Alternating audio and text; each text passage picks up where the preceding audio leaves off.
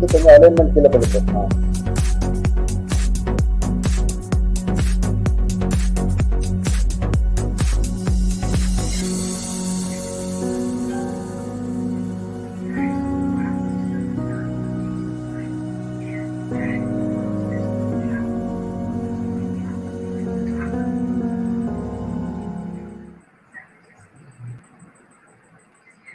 Good evening, one and all, and welcome to another live chat session with the Madras Canine Club. This time we're going to mix it up a bit. I'm going to put on screen one of our popular Rottweiler breeders from Chennai, from India, Danu. As you all know, Danu has already been in our session once some time back. He was a man who spoke about Rottweilers extensively. Just to brief you up, Danu is from Coimbatore. He's a Rottweiler specialist. His kennel name is Excelsior Kennels, and he's a bit of he's done a lot of research and work, and he's formulated a lot of things in terms of nutrition for dogs. So when we came up with this idea to interview this particular person, we thought Danu would be the best person to take the session forward. So let's not wait any longer. I'm going to bring in our guest for today's evening, and Danu, please take over. Thank you, Sid, and thank you, the members of the Madras Canine Club, for giving me this honor to host the show with Dr. Charlie Gray.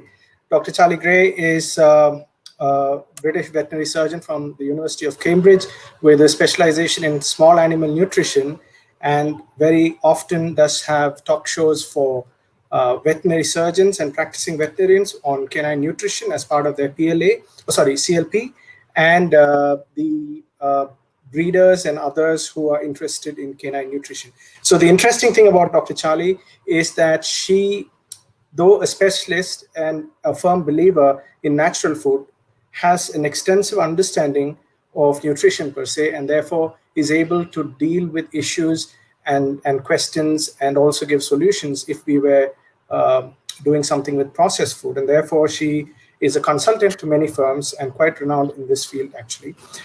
She lives in East Sussex with 10 dogs and 8 cats, if I'm not mistaken. Yeah. Welcome to the show, Charlie. Hi. It's nice to see you again. Yeah, no, it's lovely to be here. I'm quite excited, really. I feel like I'm on international television. This is great. And this is your first Indian show, I presume. This is my first Indian show. Yes, I've done a couple. I've done Australia, USA, England. And I've had we've got something in Holland, but yeah, this is the first Indian one. And all this has been on holistic approach to food, or is it on varied subjects? It's a bit of a combination. So the majority of the time it's to do with the scientific approach to whole foods. So of course there's lots of people talking about there are lots and lots of things talking about raw food. I know you've seen them as well. And the approach to that tends to be, okay, raw is good for because it's natural, and most of the talks that I do are a little bit more scientific than that. So I'm not quite so hell-bent on the type of food. I'm more interested in how it's made. How do you make sure that whatever kind of food it is you're making, how do you make sure that the nutrition that it provides is done well?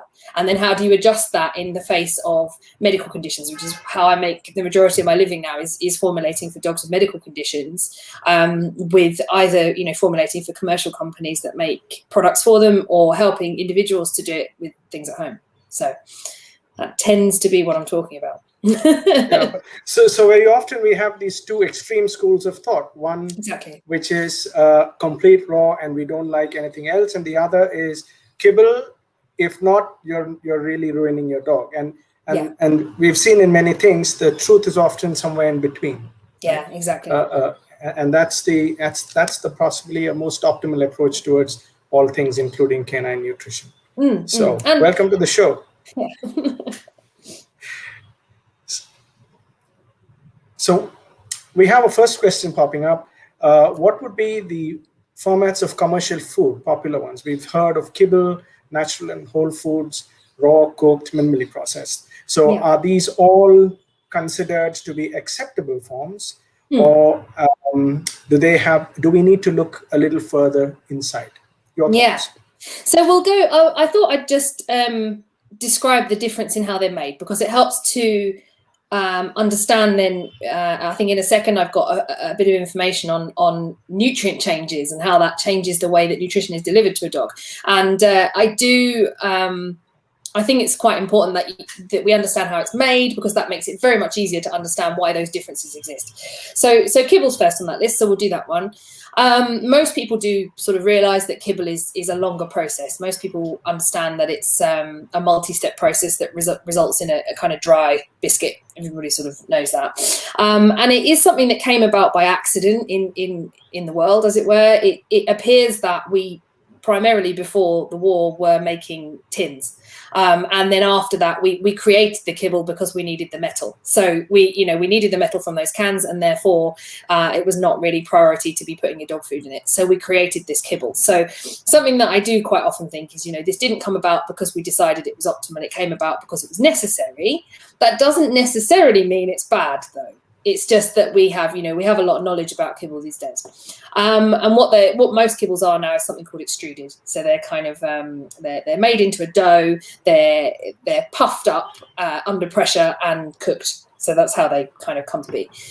Your tins and things, so moist foods, most of those rely on lack of oxygen to be sterile. So the dry foods stay preserved because they have very little water in them, and then the cans are done by lack of oxygen. So they're kind of heated and then kept with no oxygen in the can so that they don't go off. So the process is different. They're not often done at such high pressures, but they do, and I'll have to talk about it in a minute, they do have different negative sides in terms of nutrient losses by that process. Then you've got everything else. So to me, I think that there's a big gap between these two processes and everything else. Then you've got things like dehydrated products, these kind of freeze-dried products, raw products, home cooked, or kind of things that are trying to be gently cooked. That's the right term. Compared to kibble, where we're talking about high temperatures, high pressure, the kind of low pressure. It's something you might cook at home at the end of the day, and there are some companies, especially in the UK, that are starting to do that. And those products are by nature fairly unprocessed, and they're not. There are slight differences between those that set, the dehydrated, the raw, and the home cooked. But fundamentally, the big difference for me is between nutritional delivery between the more processed products and anything sort of home cooked all the way to raw. Is really much less altered. And I use the word altered. I don't like the word damaged. It's kind of I don't know. I don't like to be too emotive about it, but they are different. But yeah. So just to clarify or understand better, so there is a nutrient difference between the two, even though they use pretty much the same ingredients. Yes, for sure. And that is because the characteristics of the ingredients undergo significant change in the processed part of the world, and yes, in the natural or home cooked, it does not. Yes. But still, we don't see optimal results from what is currently available, or what can be made out of the raw food. And there's a school of thought that is not really proper nutrition for your daily requirements. Yeah, exactly. We've got pros and cons for all of them. I don't know if you I've got a lot of stuff on the delivery, and that I think is the next question. I don't know if they wanted to flash that. I've got about 3 pages of notes on the next one. It's brilliant. You'll all be asleep soon. Did you bring your coffee? We must bear in mind that we are a bit low up the curve, not doctors on this yet. We get terribly excited about this. I mean, so to me, yes. So we'll talk about the differences in the nutrition in those products. So the more you heat a product, the more you will change it. So some of the obvious ones that we talk about a lot are vitamin changes. So everybody says, nutrients are damaged, vitamins are damaged in cooking and in processing. And that's not untrue. And actually, I don't know if the guys backstage, I did a little, I put up a photo for them, which was just of a table in the Small Animal Clinical Nutrition text that just gives us something to look at, really, to give us an idea. It's not nothing too special, but it just gives me something to talk over. So this table, this first one, the blue one, is out of one of our textbooks that just describes the testing on how much damage or how much reduction there is in particular vitamins and minerals during processing. There are differences between moist food and kibble foods. So kibble foods, you tend to lose different nutrients to different levels. You quite often lose thiamine. You also lose things like vitamin C in cans. So I can't highlight things on here myself, but you can certainly see there where you've got the processing and storage values. That's the percentage that you're losing. You don't need to really assess these numbers in detail, but just to notice that, for example, in the moist foods, we're losing nearly 100% of the vitamin C in the processing of the food, and in kibble foods it's slightly different. We tend to lose other things. Vitamin E is a real problem for kibble foods, so we've lost some.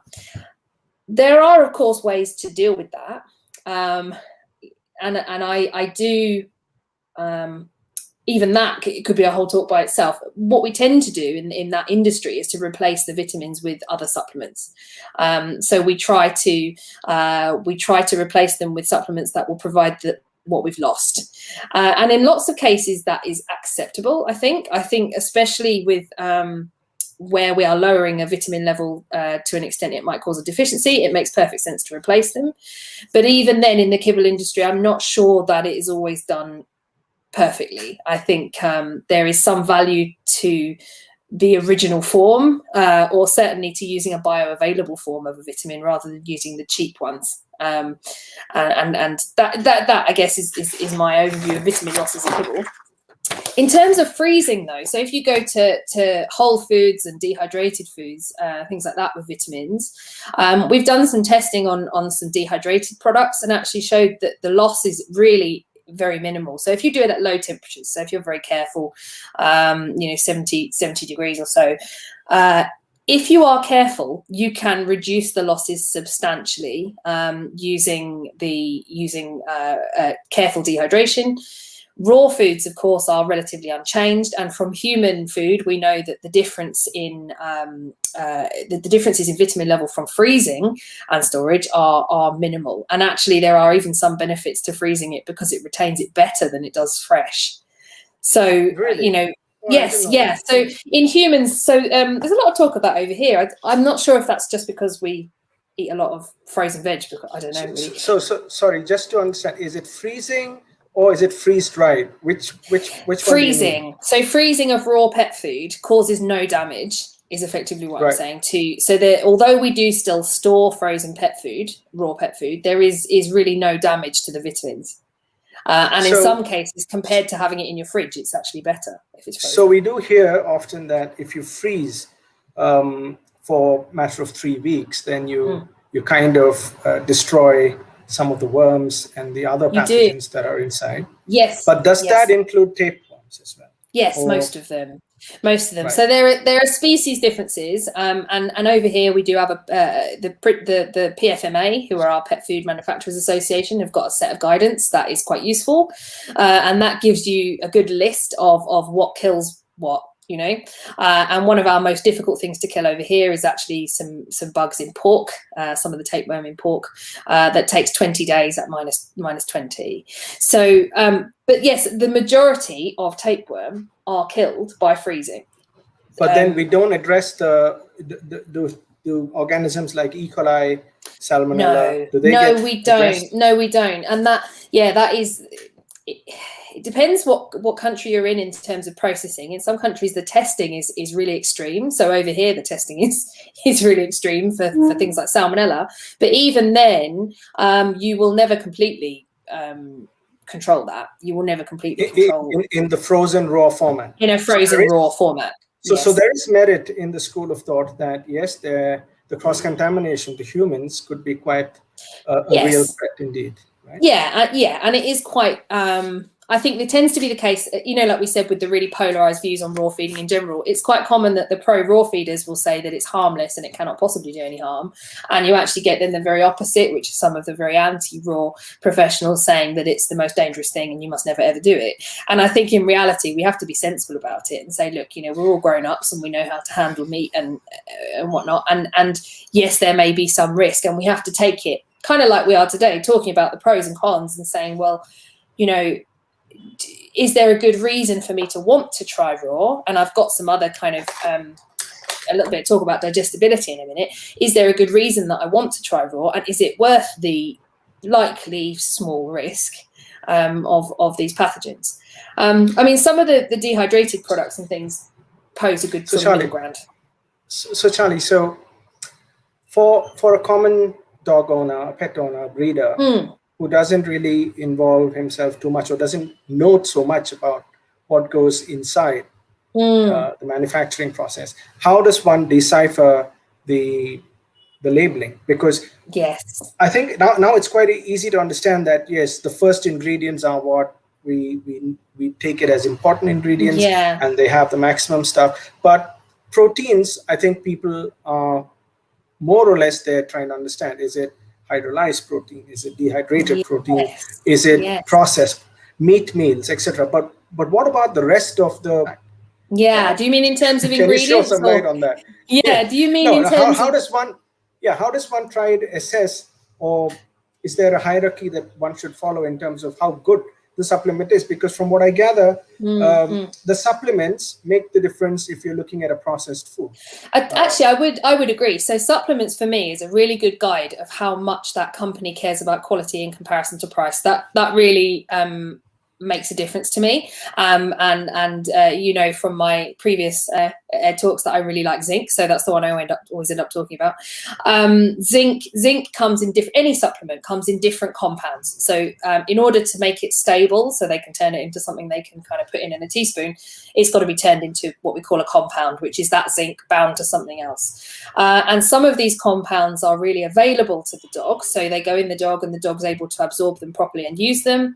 And other compounds are less available. So some of them are taken in by the dog, but actually a large proportion are just passed out the back end again and make no difference. And zinc is one of my best ones to discuss because it is most relevant sometimes when I'm particularly looking at the differences between processed foods and unprocessed foods. Zinc oxide is pretty unavailable to dogs. So the compound zinc oxide is often not absorbed properly.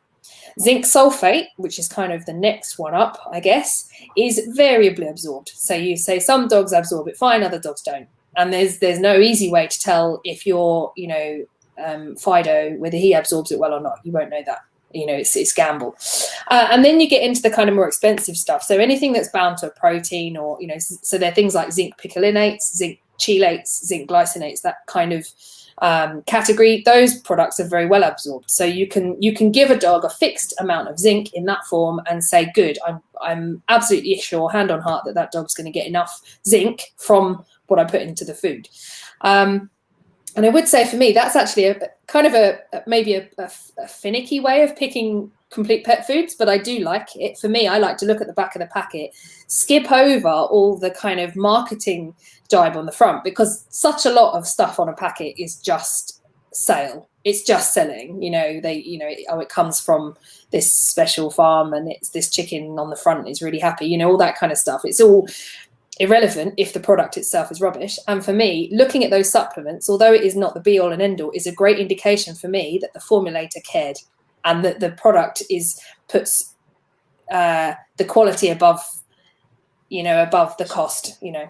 So just to kind of sum it up for somebody who's just going to the shelf to pick a bag, besides looking for a reputable brand, he also needs to look at what's in the back of the pack, and not just the proteins and the carbohydrates, but also the fact that they're not using something for minerals, especially, which is bound to another chemical, but it's rather bound to maybe an amino acid, like chelated forms and stuff like this. Right? Okay, so that would be in general an intelligent way to sift through what is well formulated, perhaps, and then see what works for your dog. Because if I understand right, different dogs would absorb these things differently. Yes. So while the tests would show that all these nutrients are present, maybe the dog can't take it because of the way that it's processed. Yeah, and that's quite, and we can compare, we can also use, so that's a good way of deciding So I think so. Over here, we use a set of nutritional guidelines called FEDIAF, which is the European nutritional guidelines. In the USA, they use NRC and AFCO, and they are kind of well-researched numbers of how much zinc, how much iron, how much calcium you need for any given life stage. But the trouble with that is that some people view that as a tick box exercise, and you can go through, put in your cheap zinc oxide, tick the box, and say, "Great, we've done it fine." And you can still plaster FEDIAF on the front of that pack because you've said, I've met it. And I think what has to happen is they have to understand that, or the formulators should visibly understand that that's not good enough, or in my opinion. But yeah, call a company. I like it when people hassle companies about stuff like this. So we got a next one, which is very often used nowadays, which is can you define diet being species appropriate, and how important the diet and nutrition is actually a species appropriate diet? Yeah, so species appropriate is getting more popular, and over here, I think America and Australia are ahead of us, and then I think maybe there's a lot more raw feeding here possibly than there is there. But what they're calling species appropriate is trying to mimic what a wild equivalent dog would eat. So feeding something that is appropriate to the dog, to the species, which makes perfect sense. The trouble, I'll go pros and cons. So I really like the notion of species appropriate nutrition, but I think that sometimes it gets taken too far, because what we do have to accept is that we have created all these different kinds of breeds, and we have made changes to our dogs, and we do have to take into consideration that species appropriate. So I guess what we're talking about there is things like raw food that matches the kind of profile you'd have had from hunting. We've got to make sure that is still appropriate for the dog we're looking at now, because you've got Daxies as well, haven't you? I mean, I wouldn't often see one hunting down a deer, so yeah. So the other day I saw somebody saying, the cats love fish, and most of the cat formulas have fish, but tell me one cat that can swim. Exactly. Yeah, that is an excellent example of marketing, and that is it's a huge. I feel for people trying to read packets. I really do, because I have this. Even as someone who maybe knows more than average, I still can pick up a packet, and it takes me a good amount of reading before I can tell what's going on. So I sympathize. So we have. Now, obviously, this leads to the next question, because most of the processed foods and some of the home-cooked meals that you see have a lot of carbohydrates.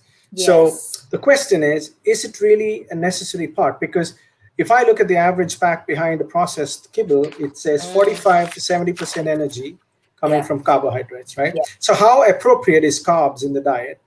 Yeah. And is it true, and this is a lead on to that question, because there's also some noise saying that if you feed grain-free, you're going to risk DCM. So how much of a truth is there that if you feed grain-free, that you're going to have a dog dying of a cardiac arrest? It's a really good one, that question, and it's interesting. So there's two ways of looking at these carbohydrates. So one problem is a practical problem. So I know where we said obviously we went from tins to kibble because we had to. Actually, as well, we have to incorporate carbohydrates in kibble to turn it into the texture that they need for it to go in a bag. So some of that carbohydrate being added is for practical reasons, not because we know that a dog needs X amount of carbohydrates. So that's one point, is that part of the reason that kibble is so high in carbohydrates is price. Another is practical forming of a kibble, But actually the NRC, AFCO guidelines and FEDIAF, there is no baseline requirement for a certain amount of carbohydrates in any given dog.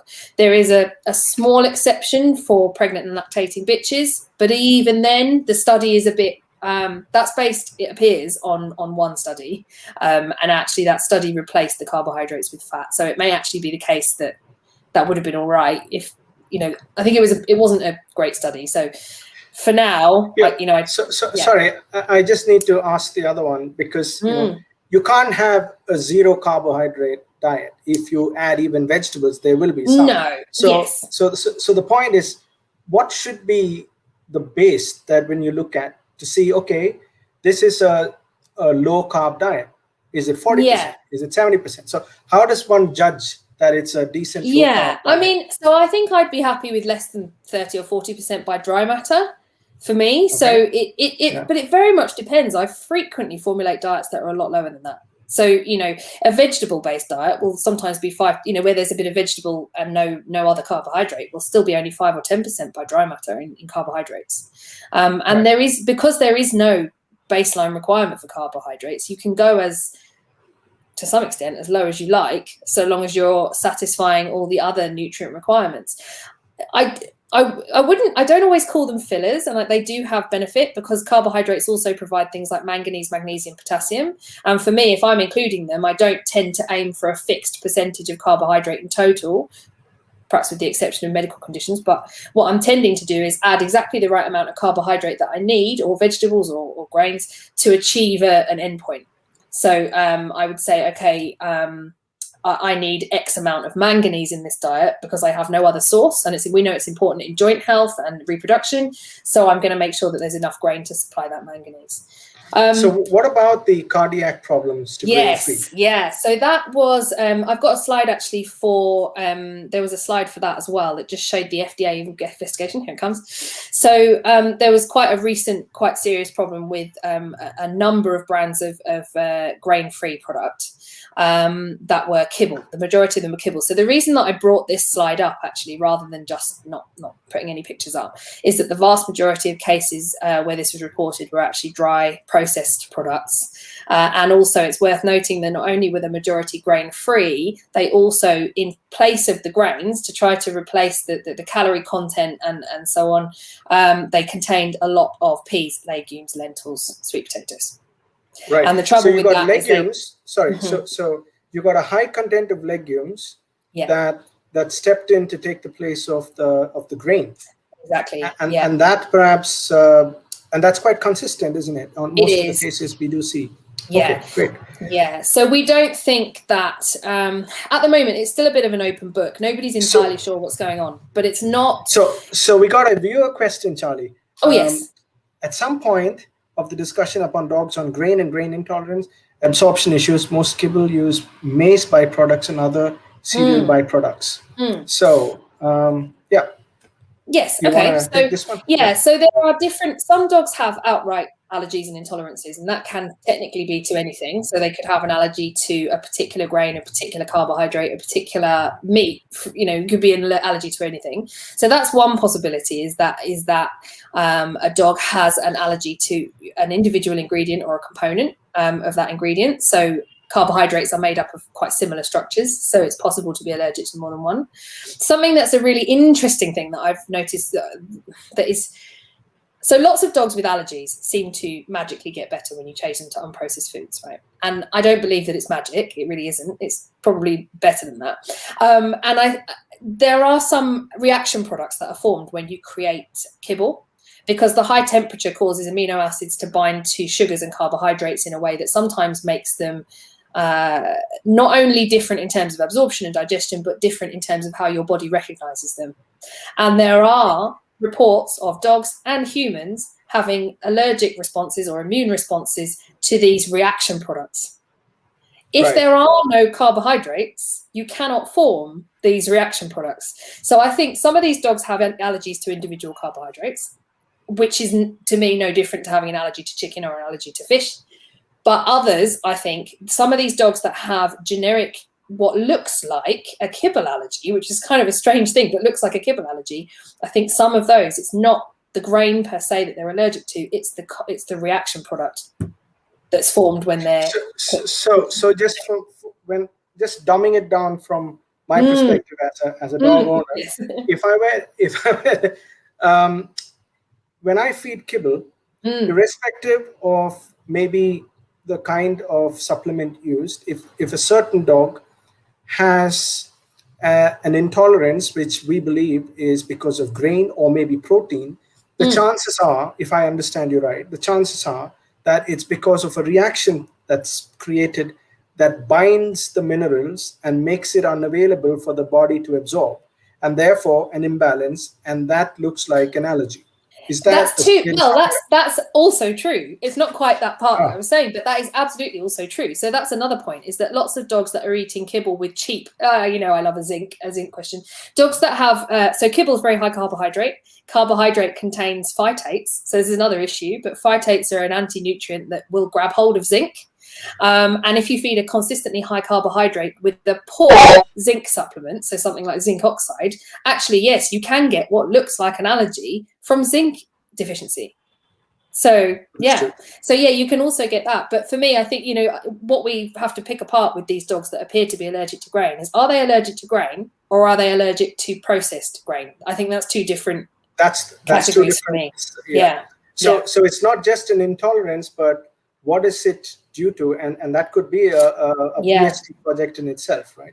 Yeah, and it's worth trying as well with these dogs. There's lots of dogs that have tried all the different types of kibble and all the exclusions and the hydrolyzed diets, and nothing changed. Possibly that's why when they shift to a natural diet, yes, it goes away because simply it's more bioavailable, right? Exactly, it's bioavailable. So while on the topic of raw food, is there any other advantage besides bioavailability? And what should one be looking at if one were to opt for a raw diet? Yeah. So there are lots of good scientifically based reasons for whole food feeding or raw feeding, mildly cooked or whatever. One of my top ones for sure is digestibility. So we know, so at vet school, we're taught how to calculate calorie content of pet food because sometimes it's not listed on the pack and you have to work it out from the fat or the protein content. We know for sure that a gram of carbohydrate, protein or fat taken from a whole food is 0.5, so half a calorie more valuable to a dog than a processed version. And that's not a made up kind of me being excited about it. It's a real phenomenon. It's something called the Atwater factor. If anybody wants to go and play, Google it afterwards. We use something called the modified Atwater for processed pet foods, and we use just the generic, the same as people, Atwater factor when we're calculating for dogs. And that does mean that for every gram of unprocessed food that your dog eats, they get more from it in terms of calories and digestibility, but also there's less poo, which is nice. And it is less wasteful, less expensive actually as well to some extent. I mean, granted, the product is more expensive because it's better quality, but it never is as bad as you think it's going to be because they will never eat as much in terms of grams in a high quality, raw or unprocessed food. But also bioavailability of minerals.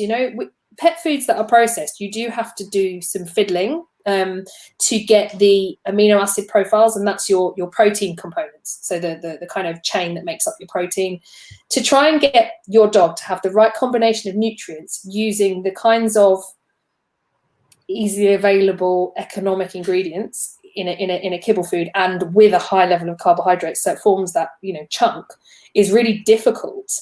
So there tends to be a lot of kind of supplementation and toing and froing and using things that may or may not actually be available to the dog.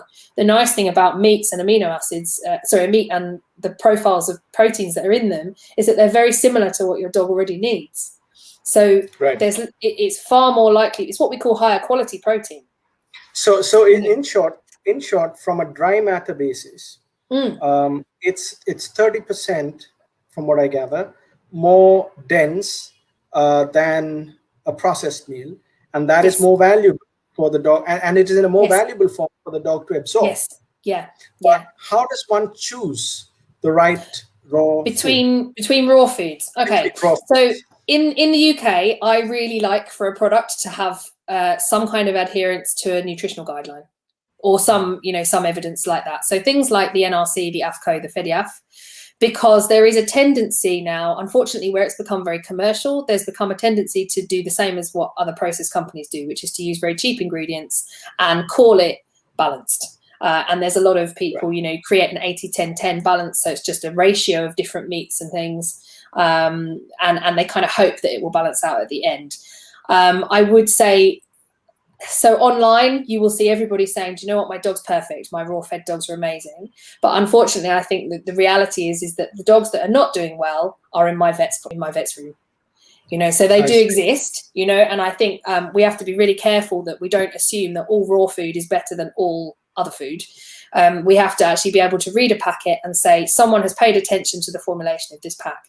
Someone's understood it, someone's dealt with it, and something is so good. just to grind, because here's the thing. In our country, we are not in a state yet where we have a local brand or which is FEDIAF or AFCO compliant, right? No. So Okay. there we do have a problem, and we often go by the older school of thought, which is like a 80-10-10, 80 meat, various kinds of meat ground, and 10 bone and 10 veggies, right? But if this is not perfect as per you, and it can lead to problems, because the moment we shift the dogs from kibble, most people actually come back and say the dogs are doing better, the coat is better, they're more energetic, they're conditioning better, there's a better weight balance. But how often how much time does it take for people to find out that it's actually damaging the internals? So different nutrients are stable for different periods of time. So things like your water soluble vitamins, like your B vitamins, are the things that drop out soonest. So sometimes that results in a bit of a dropout of their appetite. Some of the first things you see. There's some really good ones that manifest really visibly that you can actually see. So dogs with crust lesions on the tops of on the junctions of their nose there, around their eyes, tends to be sled breeds. You probably don't have a lot there. It's a bit hot. But yeah, sled breeds have a lot of issues with zinc deficiency if they're fed a diet that's really high in poultry and really low in beef. And you'll even see coat colour change. So about 3 months-ish, or when they molt actually is quite a good way to know, because the hair just doesn't grow back quite right. Copper deficiency will actually ironically cause a copper coloured coat on a black dog. So if you've got a black dog, there's a couple of amino acids that will affect it as well. So tyrosine, but in particular in terms of nutrient damage, a copper deficiency will affect your coat visibly and turn it a funny colour. So it's quite I think within 3 months you start to see things like coat change. Calcium, things like bone density take years. I can think of a really good case from here actually. It was a little tiny dog that's got has to eat a vegetarian diet because it has a liver problem, and actually that dog, it took 2 years for it to develop iron deficiency anemia. So sometimes it takes a really long time. And because your body has stores of some things, particularly the risk here is that you don't suspect your food because it's been doing well for 2 years. Yes, exactly. Yeah. You don't suspect it at all. So this is an important pointer for all of us to watch out for. We have a viewer question. Comments on lightly cooked food. Is it better than raw? For me, it depends on the dog. So there is a very slight increase in digestibility for cooking it slightly. So for most dogs, the difference really is between the the comparatively low digestibility of processed and the higher of unprocessed. But that small difference between raw and lightly cooked suits some dogs better. And I would say, whilst this is not in a book, I would say from experience, the dogs that cope better with a cooked diet than a raw diet tend to be the senior dogs, the really old ones. Where they've just started getting a bit refluxy at night and they're just not very comfortable. Those dogs tend to do better like that. The other potential benefit, but could that also help dogs who have conditions like kidney trouble or diabetes? Yeah, cooked diets? Yeah. You mean? Yeah. I mean, particularly anything that causes immunosuppression.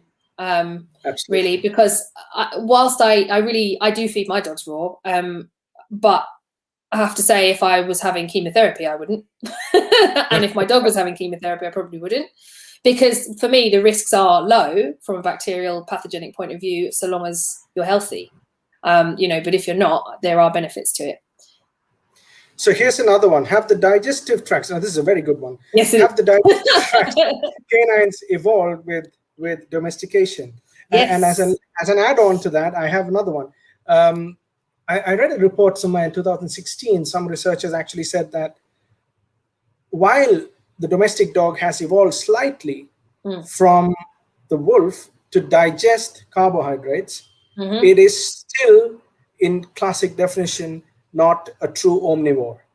How good is this statement in line with this question?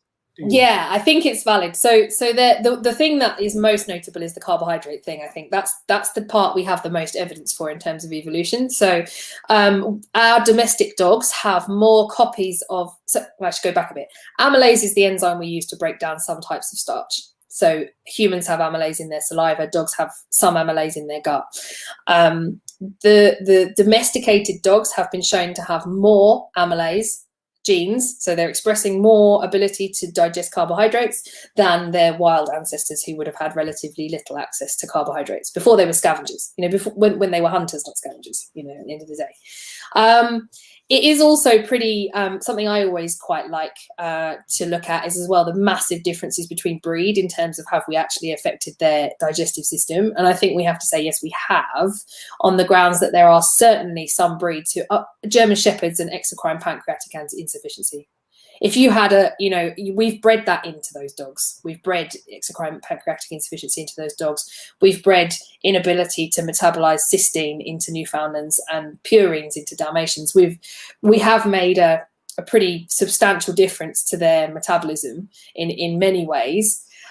It is valid to say, though, genetically they are still a dog. So I think my position is quite in the middle. My position is to say, look, I think I would probably rather a dog ate a lower carbohydrate diet, but I accept that they are different to how they used to be. They're not. So they have evolved a bit from where they were, but there are breed-specific changes that do come in. Sorry, say that last bit again. So the breed-specific changes are setting in. Oh, yes, exactly. For that. Yeah, and now, I think that's good. There's a lead-on question from the same gentleman. Should raw diet compositions be altered according to bite patterns, scissor bite, undershot, overshot? He might. I wonder if he could clarify a little bit whether he just means in terms of being able to manipulate it or in terms of correcting it nutritionally. I guess the idea is not correcting it. No, I guess the idea is more from he's a boxer breeder, so. Yeah, I think I'd be honest. I would struggle to answer that question from a knowledgeable viewpoint. I think I can see from a practical point of view that you may have to adjust the way you're feeding to avoid them doing things like swallowing large pieces of bone and so on. But the dental. Why not just grind it?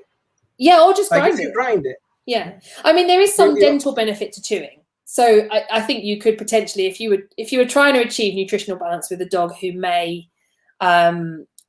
have trouble chewing it correctly, for whatever reason that is, it wouldn't be a bad idea to grind the majority and then provide recreational chews, things that they can chew that are mentally stimulating and fun but are not required. And then that way, if all they can do is, if they enjoy the chew but they don't have to eat a lot of it, at least they can, clean their teeth. Yeah. Good. So the next question that we have was actually it flashed on earlier was, is it possible to design, because you did mention that you would look for an AAFCO or a FEDIAF compliance or designed diets to deliver FEDIAF or AAFCO recommendations on a raw food. So there is often belief that in a raw diet, it's not possible to balance as per FEDIAF and AAFCO. Your thoughts? Yeah, well, and you might also like to tell us what's the difference between AAFCO and FEDIAF. Yeah, so both AAFCO and FEDIAF are nutrition guidelines for dogs and cats that tell you how much of any given nutrient they should require. So it tells a pet food manufacturer how much of calcium, how much of iron do you need to put in this diet so that you're happy you're not going to damage the health of a given dog. The only difference between those two guidelines, and also there's the NRC, is that they are different country versions. That's all it is. And actually there's very little difference between them in terms of guidance. There are a few differences, but they are not significant in terms of, I'm happy with any of them. I don't think any of them are significantly different. But could we balance it out in a raw fat? Absolutely, yeah. So the what often comes up when I discuss FEDIAF on raw forums. So if I go speak to raw feeders, diehard raw feeders about FEDIAF, is they'll say yes, but they're made for kibble, and I accept that there are adjustments that have been made in FEDIAF. So I made a few notes about it actually because it was interesting. For example, the requirement for lysine in the FEDIAF guidelines has been increased, because we know those reaction products we were talking about earlier that we were saying some dogs might have allergic reactions to, the lysine is one of the most reactive. So lysine tends to get bound up in these reaction products quite easily, and then it is not available to the dog. So we know that in order to provide enough of this lysine to the dog, we have to put extra in if it's into a kibble. So in that respect, there are some values in FEDIAF that are a bit overzealous to compensate for the fact that we know these are going to be applied to kibble. But for me, it's very easy to, with enough reading and enough knowledge anyway, to go through these nutritional values one at a time and compare them to FEDIAF, and then decide whether or not it's appropriate to meet them or not. I don't think to remove them, I don't think to ignore them completely is sensible at all. This is 100 years of research. I can't see the sense in disregarding all of it. But for me, it's a great starting point. I say, okay, this is where I'm going to start from. I'll formulate this recipe, and then what I'm going to do is just decide, for example, this level's a little bit low compared to FEDIAF. How does that translate into a natural diet, and does it matter? And another one again is zinc. Vitamin E is another one where probably you don't need to hit the FEDIAF value for one reason or another. So absolutely, and FEDIAF even have a written-in guideline loophole, as it were. Actually, loophole makes it sound really naughty. It's not, but they have a clause. That's the word, where you can still say your product is FEDIAF balanced as long as you have explained why you have chosen the values you've chosen. So many of the unprocessed pet food companies that I work for, so if I work for a raw pet food company, I actually quite often present the company with a write-up that includes the academic papers that justify not needing to hit FEDIAF zinc levels, for example. We have a question from a friend of mine, Gordon Rodriguez, all the way from Hong Kong. He is. Hey. Does it make a difference if the dog just swallows kibble as opposed to chewing raw food in terms of nutritional delivery? I mean, they say, and I think I understand where he's coming from. They say that digestion for a human starts right from the mouth, right? Yes. When we chew. Yes. So how does this work for nutrition delivery for dogs? Yes. So fine.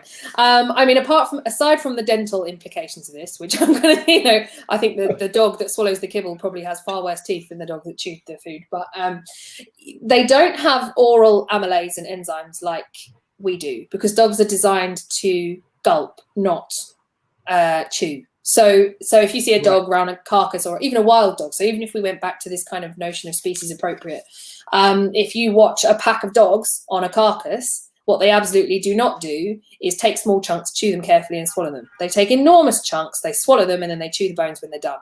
That's, it's the other way around. So when this happens in the wild, they don't really grind all the bones, but they don't seem to have a problem with those bones in their bellies. No. But they do have a problem with the bones in the bellies if we give them large chunks of bone.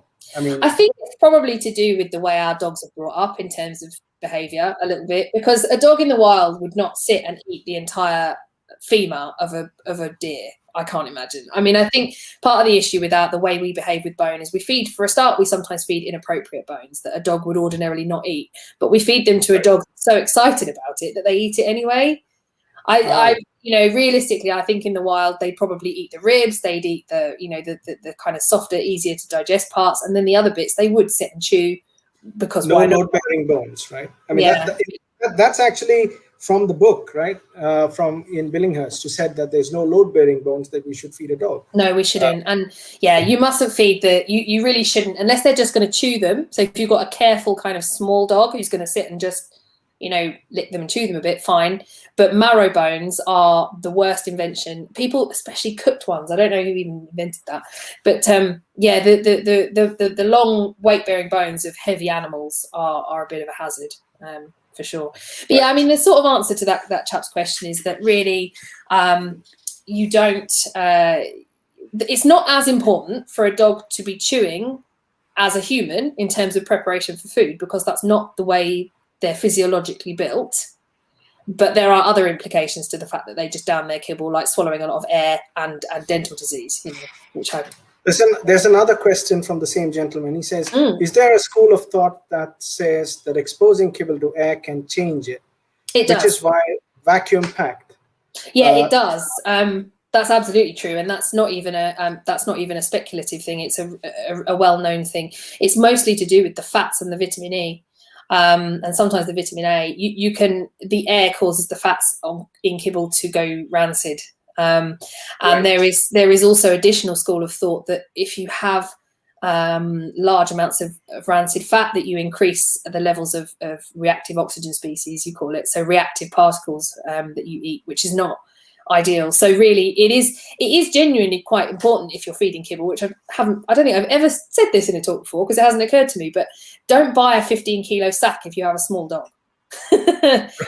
because it does change. It does change when it's exposed to air, and it does oxidize, and it does become less optimal the longer it's open. So actually it is a good idea to vac pack that and to buy a bag appropriate to the size of dog. Perfect. Thanks, Charlie. And that's interesting because I really didn't apply thought to that one before. And that was a good question. I hadn't thought thanks about it before. Question. It's a good question. Thanks. Yeah, thanks, Charlie. Percentage of body. The next question is actually about the ground blends, right? So in India, the raw feeders in India, I presume, are still going by the percentage-based feeding guidelines, meaning we have something which says that, okay, if it's a growing dog, a puppy is about 8 to 10% body weight of the grind that you have, which is 80, 10, 10. You know, those thumb rules, right? You can tell you've got Rottweilers when you say 8 to 10% because you've got Rottweilers. Yes, exactly. So and then for growing dogs, you're going up to 3.5 to 4 to 5%, perhaps, and then you taper it down, right, for maintenance, depending on of body weight. Now, do we follow that, or do we need to, even in the raw diets or in the natural foods or cooked food formats, do we go with the AFCO recommendations, which is calorie based? And how different are these two? Yeah, so I did some maths. That's why I just turned my page here, because I did some good maths because it's fun, right? So percentage body weight, it's not crazy. I wouldn't say it's crazy. And if you have got a dog, particularly an adult dog, if you've got an adult dog and it is a moderate activity adult dog and it's eating a good variety of things, so some of its foods are low fat, some of its foods are high fat, chances are you'll get away with it because your calories on average will be about the same, and your dog's activity levels are not, the demands on your dog are not high, unlike growth or performance or whatever. Right. But this is the problem with it, right? Is that calorie content of different foods is really vastly different. So I've done an example here, which I should have done you a slide for already, but never mind. So we'll take a 20-kilo dog, right? So just average pet dog. So this dog, say, is at normal activity level, needs 1,000 calories a day. If we're doing it by, calories rather than percentage, needs 1,000 calories.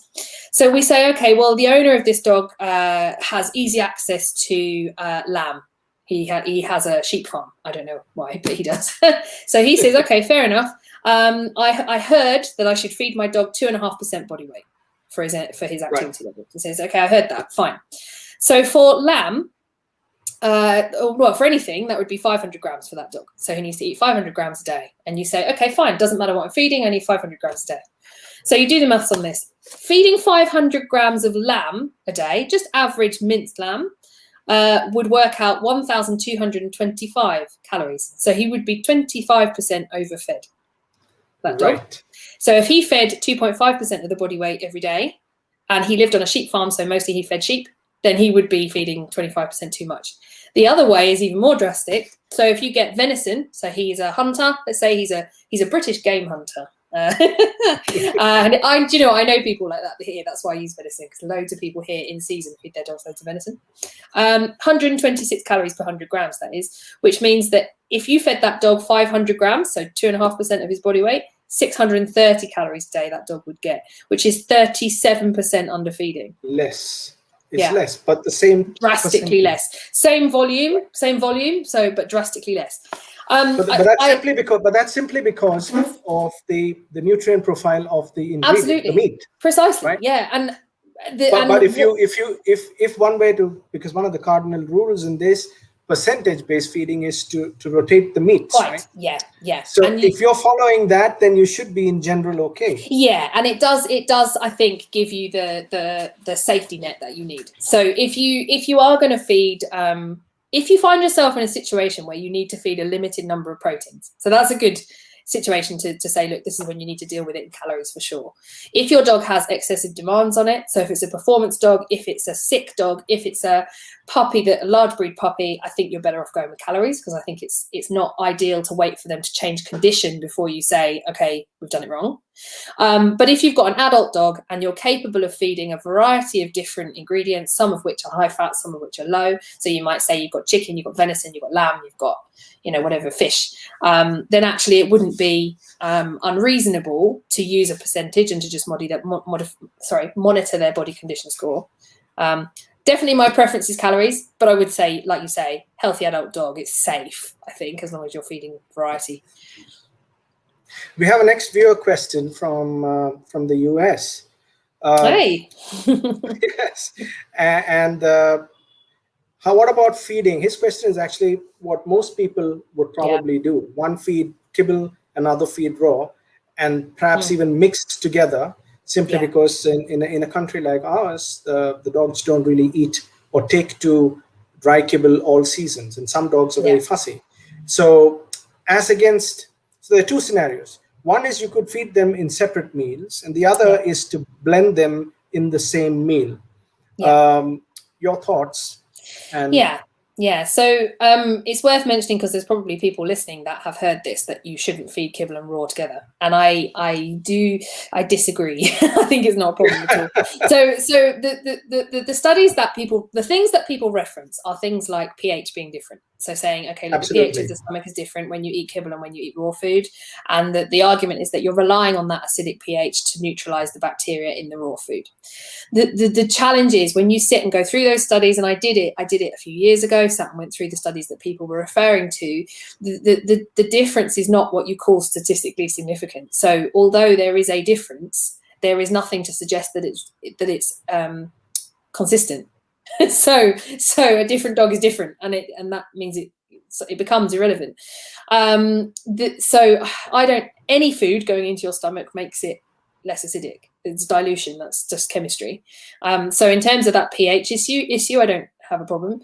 In terms of mixing it, the only time I outright don't mix kibble and meat is nothing to do with science and entirely to do with dogs being stupid, right? So if you have a dog, and it's definitely not going to be your picky whippets, because I think they're probably extremely sensible.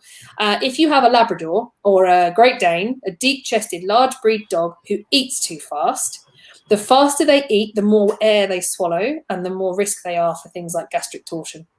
So for me, the only reason I don't mix these two is if I have a dog for whom adding that meat to that kibble is going to cause them to eat like a pig.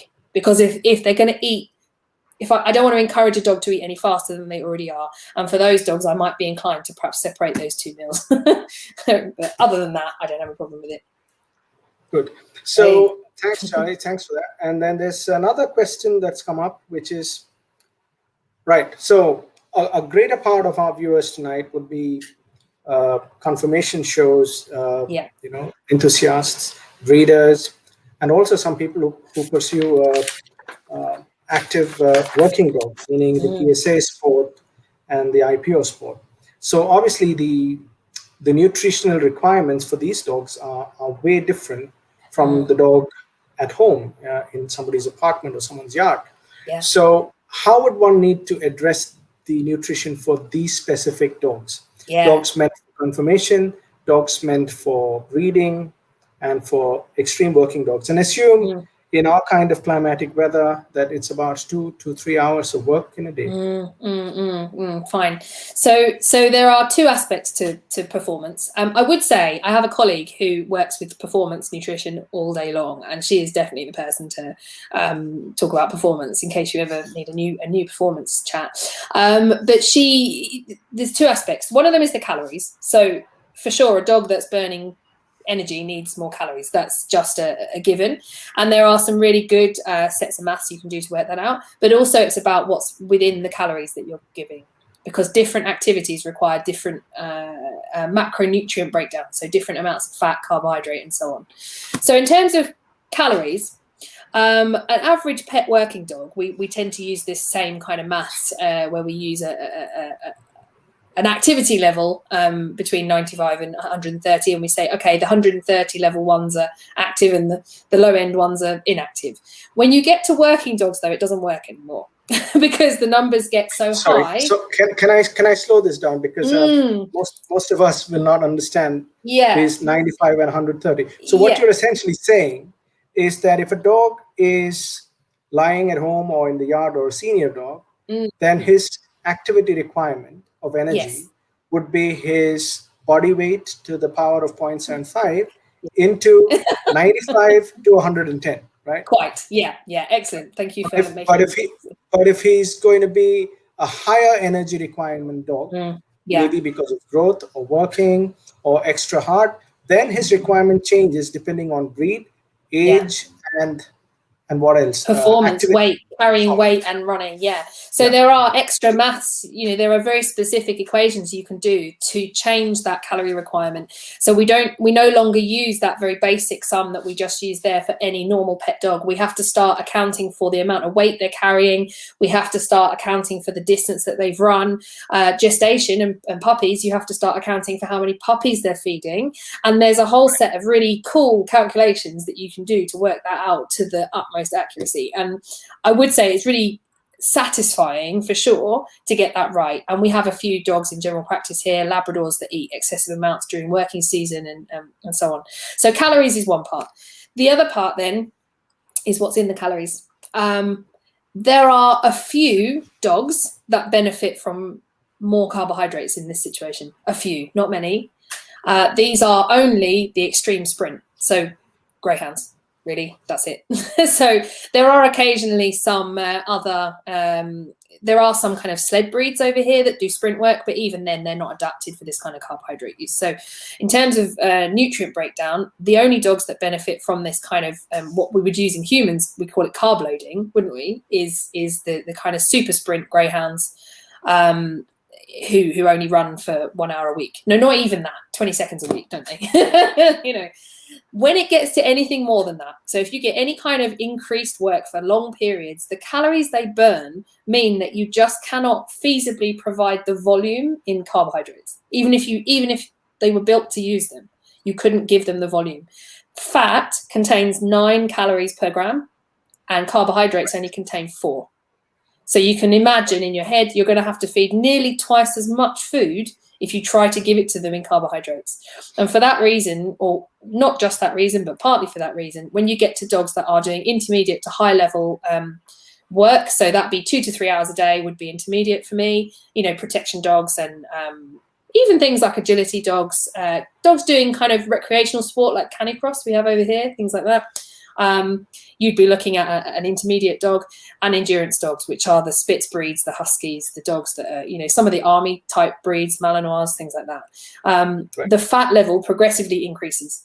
So when you get to the very top level, you're sometimes dealing with dogs that have got 60 to 80% of their calories from fat for periods of time, which is, so you have to be real careful.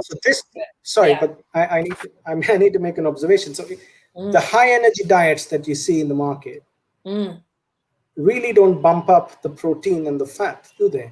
No. They just bump up the energy from carbohydrates by about 30%. So most of the performance diets that I see may be ranging between 5,500 calories to 6,000 calories for a kilogram of dry food, as against maybe 3,700 to 4,200 on a normal diet, right? Yeah. So they just increase the grain with a little bit of fat increase, and that is supposed to take care of the requirement. Yeah. Is that what you're saying? Or I think the majority of change that? In the UK, for sure, we have got a few kibble manufacturers who are making quite good performance diets. And those diets do tend to contain pretty high levels of fat. And we do have one working brand, which I really like over here, who produces a product where the dog gets 60% of their daily calories from fat.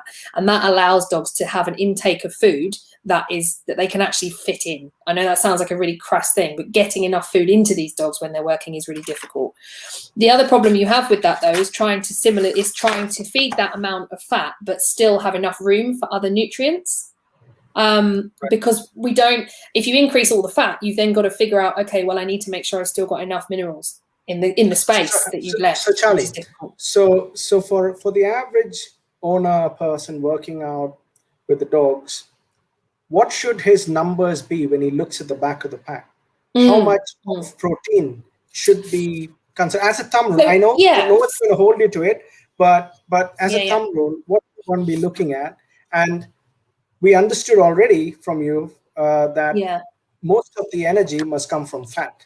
Yes, so or what more than you're used to. Yeah. So what percentage is saved for the kidneys on a fat for these kind of dogs? And if you can just let us know that. Yeah. So fat for an intermediate dog. So some of your dogs, I guess, your protection dogs, about 40% dry matter fat. So the actual guideline is 25 to 45%. Of dry matter fat for intermediate performance dogs.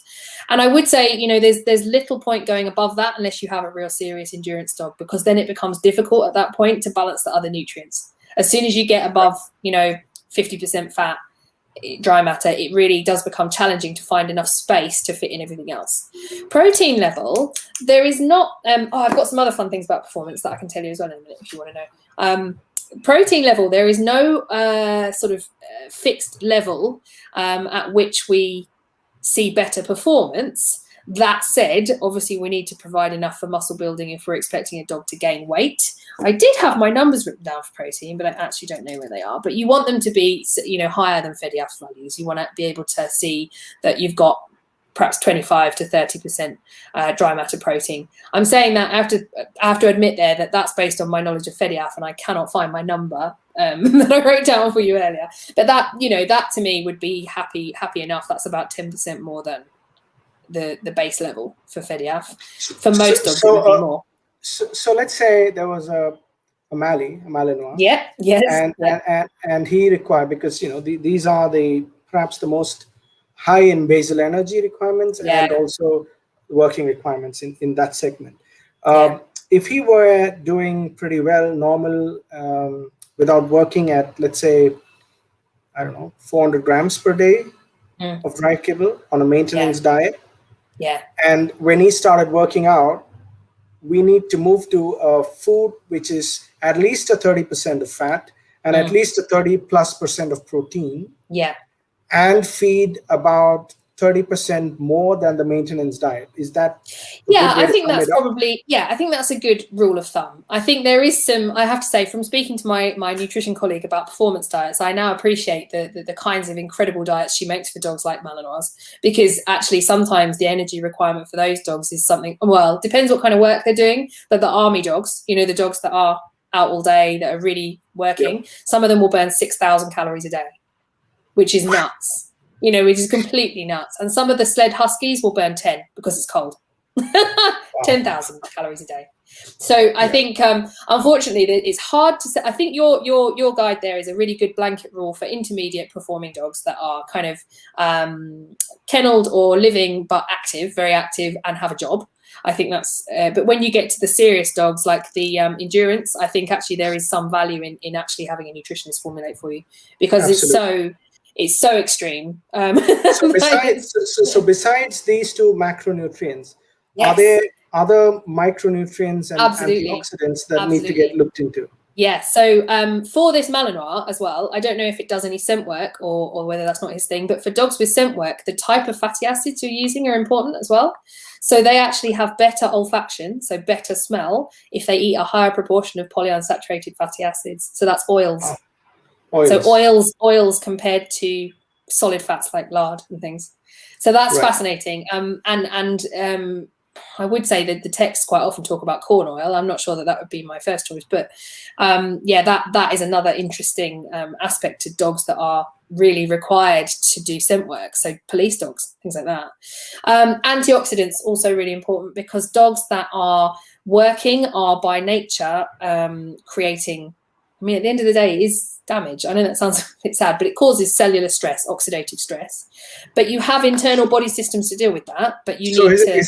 Is it safe to then assume that for a performance diet and for dogs which are being trained for shows and high-level competition, it's not just a calorie that needs to be delivered, Absolutely but not. it's No. what's going into each calorie, what is being Absolutely. delivered through each calorie, Yeah. and Yeah. how much different that is from your average maintenance diet. Yes, it is, and it is a shame when performance nutrition just gets relegated to calories. I think that's, there's so much to it. I have, like I say, I have a colleague who makes a living out of this. That's how much there is to know about performance nutrition, and it just is, spectacular when you get into it. So we got another question, which is about bioavailability. What does it mean? This is a term that we Yes, hear a lot. How does one understand and gauge the ingredients in processed, minimally processed, and BAF diets in terms of bioavailability? Okay, so bioavailability is the extent to which your dog or you whoever's eating it, how much of the nutrient you get from the food into your bloodstream. That's what it boils down to. Does it get through your gut, and does it get used? And it's hugely important, actually. That whole DCM, that dilated cardiomyopathy issue, quite a lot of the underlying discussion about that is related to bioavailability. Is it the fact that we're using ingredients to fulfill a nutrient need that actually the dog can't access? That's part of that story, and a lack of bioavailability can have some really quite drastic effects if you do it badly. So, for example, really good example is pig liver. So, the notion that you feed a 80-10-10 diet, so 80% meat, 10% offal, 10% bone. If you did that with pork, then actually you would be copper deficient, because pork liver has copper compounded in such a way in the liver that a dog cannot use it. So they could eat as much copper as they like from a pig liver, and it would just come out of the end. So it's not a good source of copper, and that's a really good example of why you need to understand bioavailability in order to formulate diets and in order to decide correctly what you should feed your dog. What I would say is that in general, meat sources of most nutrients are really extremely bioavailable because they're in the form you need them in already. So if I were to just sum this up in a different way, being species appropriate, and biologically appropriate, means that it should be, or if there's a claim to that, it has to be then better bioavailable than anything else. Yes. Right? Yeah, for sure. Yeah. However, is that true from a labeling perspective, or is there something else that we need to look at?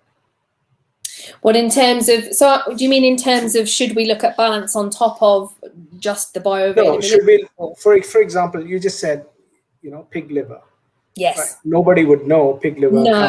No, true. Exactly. So how does one go about, so the one thing is, but this pig liver that is used to, let's say, in a particular diet will show up as a number that satisfies the copper number. Yes, it would.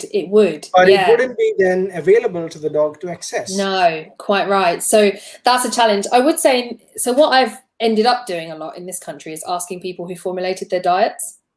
Because so for me, you do get a bit used to looking at the back of a pack and saying, okay, well, that looks all right, based on what I understand of nutrition in general. But when I don't, what I tend to do is question the company. And even if you have no nutritional knowledge at all, or very little nutrition knowledge, it's still very easy to see if you've made a company uncomfortable. So I would say, look, if you look at the back of a packet and you think, do you know what? I remember 5 years ago, I saw this video with this girl called Charlie, and she said something about pork liver, but I can't remember what. Ring the company, ask them. If they know, or if their nutritionist understands that and has accounted for it, they'll be able to tell you. And if they haven't and they don't, then they probably didn't think about it. I think that's We've got a viewer question now. Nice dog. This is a nice dog. which is about information on antioxidants and amino acids. So I think, I'll leave it to you. So I think we just generally did touch upon the amino acids when we did the proteins and the various ones, but feel free to add to that, Charlie. Yeah. Do we think just an overview of what they are and what they do? Is that kind of the... Yes. Yeah, fine. Maybe. Okay. Well, let's go amino acids. And when it comes to antioxidants, what are the ones that we think is beneficial? Because a lot of antioxidants out there may be herbs, and how much of herbs can you add into a diet? I've got some really good. I did some good stuff on these on my notes. You see, for you, some good cancer studies. Everything's great. So let's go amino acids because it's kind of short-term simpler. So there are 10 essential amino acids for dogs, 11 if you include taurine. Long story, but we'll leave that one for the minute. So let's say 10 to 11. And what they are is kind of, if you imagine it like a pearl necklace, you've got your amino acids, which are the different components, and then the way in which they've joined together is what turns them into a protein. So the shape of that chain is what calls it this protein or that protein. And they are things like lysine, arginine, or your amino acids. The thing about them, and the reason that we have this list of essential ones, is that we can, to some extent, and dogs to some extent, can break them down and put them back together. So they can pull apart, like Lego, you know, they can pull apart these beads of amino acid and say, right, I need to make some skin. I'm going to put that back together in the form that I need. The trouble comes with the fact that there are a few that we can't make. So we're not good at making them internally. Dogs can't make them. And that's what these essential amino acids are. They are the ones that you cannot make, that you need because you cannot make them yourself. And in order for a diet to support a dog or a human or a cat, whatever, but to support anyone, you've got to have the right levels, you've got to have enough of each of those amino acids. And if you don't have enough of even one of those, you will have trouble with protein deficiency. And I always describe that like a bridge. So if you imagine you were building a bridge across a river and you had 10 things you needed. You needed the screws, the bolts, the nuts, the bricks, the steel rods, and someone said, do you know what, it's fine, we've got loads and loads of bolts but we haven't got any bricks. You'd say, well, that's no good, I can't do it. And that's how amino acids function in the body. So if you've got the right combination of amino acids, then you can build the bridge. If you're missing even one, or you're getting really poor levels of one, it won't work. You can't function and you end up protein deficient. It's quite uncommon for a dog with a raw diet or a minimally processed diet to have anything. I mean, it's extremely unlikely that they're going to have amino acid deficiency because the amino acid makeup, so the pattern of amino acids in the food they're eating is so incredibly similar to what the dog actually needs, that the intake is very similar. You don't, so a dog that eats mostly meat, eggs, that kind of thing, chances of them having an amino acid deficiency are really low. The trouble comes when you're trying to create low protein diets with cheap ingredients. And then you have to play a game called amino acid complementation, trying to get these amino acids to match up in a way that still fulfills the requirement. And on top of that, you've got your processing and it becomes more difficult. And what about the antioxidants? Yeah, so antioxidants are really cool. So so I took a course in herbal medicine recently because there's so much overlap between nutrition and antioxidants and herbal medicine. It's all the same kind of category. And the benefits of antioxidants in humans are really well talked about. We're always saying, you've got to eat this many portions of fruit and veg a day because it's important, because it fixes you. And the way they work is that your body in its natural state, day to day, you have reactions going on in your body all day. And it produces these reactive particles, and that's natural. You can't do anything about that. They will always be formed because they are byproducts of you being alive. That's what causes you to get old. That's how people get old. But what antioxidants do, these reactive chemicals, so we call them free radicals or reactive oxygen species, they are neutralized by antioxidants, which stops them causing further cell damage. So that's their job. And we have the inbuilt ones, which are ours, which we have vitamin C, vitamin E, selenium, things like that are part of your essential day-to-day diet. But then you have other antioxidants, which come from plants and colorful fruit and veg and things like that. And they all, for example, a vitamin C will reduce the amount of vitamin E you need and so on, because they all interact. They share the job. They're like an army. If there's the more of them you have and the more types you have, the more protection you have. And that is surprisingly important. And I think it gets overlooked a lot in pet foods, especially the people that really don't want to feed veg, which seems a shame. And I got some really good examples in some papers. So the blueberries, people that feed blueberries, contain something called acanthocyanins. It also, there's some evidence that acanthocyanins and resveratrol from blueberries have really impressive anti-cancer effects for things like hemangiosarcoma. Like not, and these are not even, this is not people telling me a story about how they fed their dog a blueberry and then it was fine. These are people doing statistical studies, giving concentrated extracts of blueberries and showing that there is beneficial effect in these dogs live longer. So that's blueberries. The other thing that's really cool that I use a lot is goji berries, because one of the polysaccharides, this actually falls more into phytonutrients and antioxidants, but same kind of thing.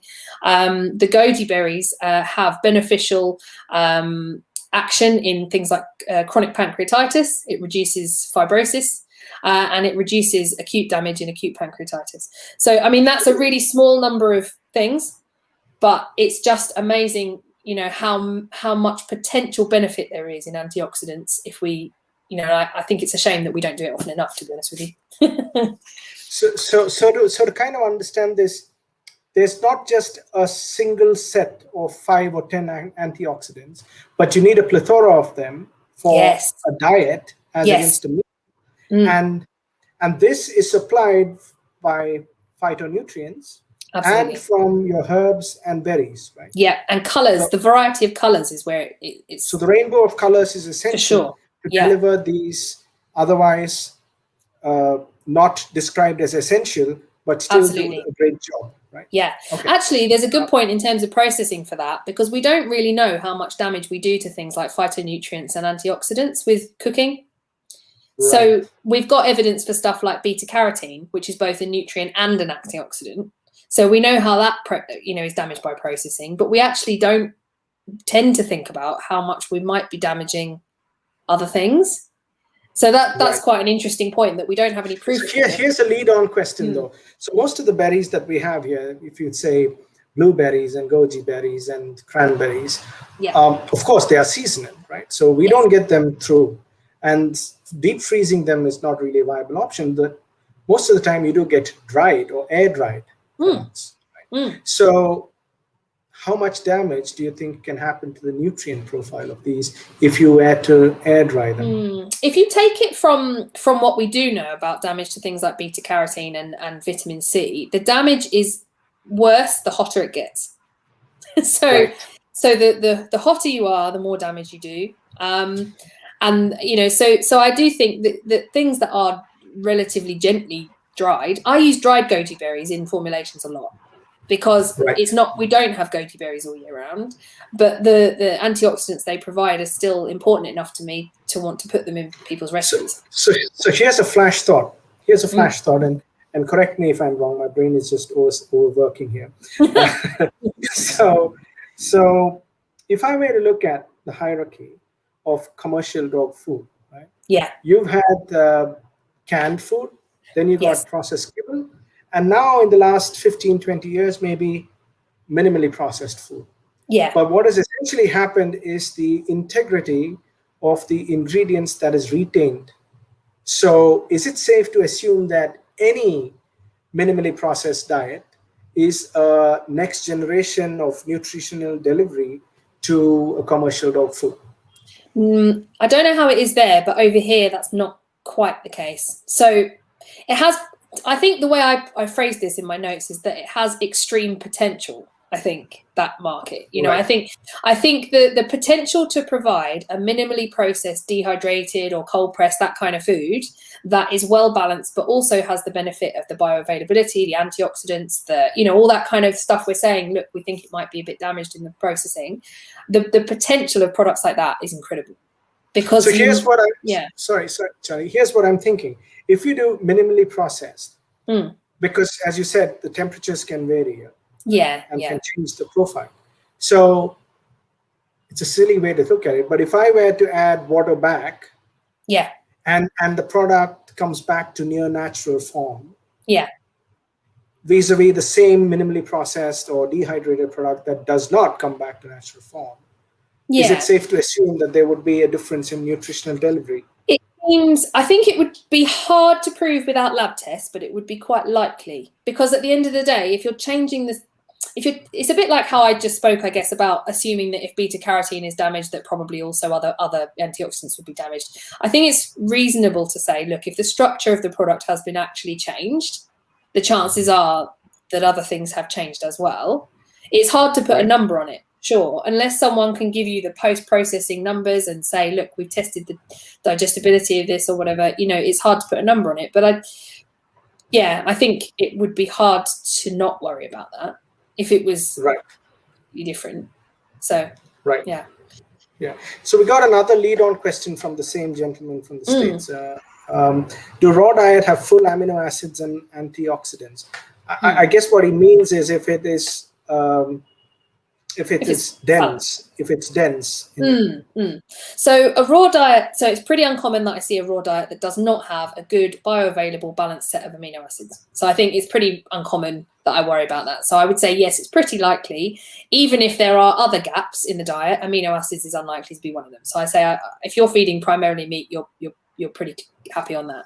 Antioxidants, you do need ideally you want plant matter for antioxidants. There is some argument that perhaps you require a slightly lower level of antioxidants if you're feeding an unprocessed diet, because there are less oxidation, products and free radicals. But I think for me, I would choose to use really, dense, colourful vegetables and fruits and things instead of relying on meat products for that. We got another question on calcium, which I think is quite interesting. There's been content on internet mentioning that large breed dogs feeding higher calcium content at a young age could cause growth to be varied and hence must be regulated to 1.5%. And here's a lead on to this question. So many large breed dogs in India, even though they are probably fed a complete and balanced diet, are put on to extra calcium. Glucosamine, chondroitin, and vitamin C, standard format. And that's not What sensible. are your thoughts on that? What are your thoughts on that? So when I came to India about, I think I said to you tonight, I can't remember, it was 15 years ago maybe. And I stayed with a vet there and we saw a lot of puppies. And at that point, the vast majority of the dogs that she was seeing were feeding home cooked diets. So at that point, she put all the dogs on calcium because realistically, the calcium supply in their diet was very poor. So that made kind of sense. What seems to have sort of happened since is that dogs are moving to a complete diet, but still supplementing calcium. And actually that's more dangerous than not doing it. Actually, so this person's absolutely right. There are guidelines and tests, experiments actually that have been done mostly on Danes, actually looking at the upper level for calcium for particularly large breed dogs. I would say the small breed dogs, they've done the same study in small breed dogs and they seem to be pretty hardcore and resilient, but the big dogs for sure have trouble. If you increase the calcium substantially, and so your 1.5% there is part of the recommended range. It does still need, there's still a bit of upward leeway, but if you go substantially above that, you are genuinely risking orthopedic disease. So they get increased incidence of things like osteochondrosis and hip dysplasia. Also just make sure when you look for 1.5%, this is a real common problem when reading pet labels. Actually, the way that pet food labels are listed, with the exception of some of the kind of clinical products like Hills, most of them are listed in an as-fed basis. So it's 1.5%, but they have part of that 100% is also water. So if it's a wet food or a dry food, that percentage could look really different.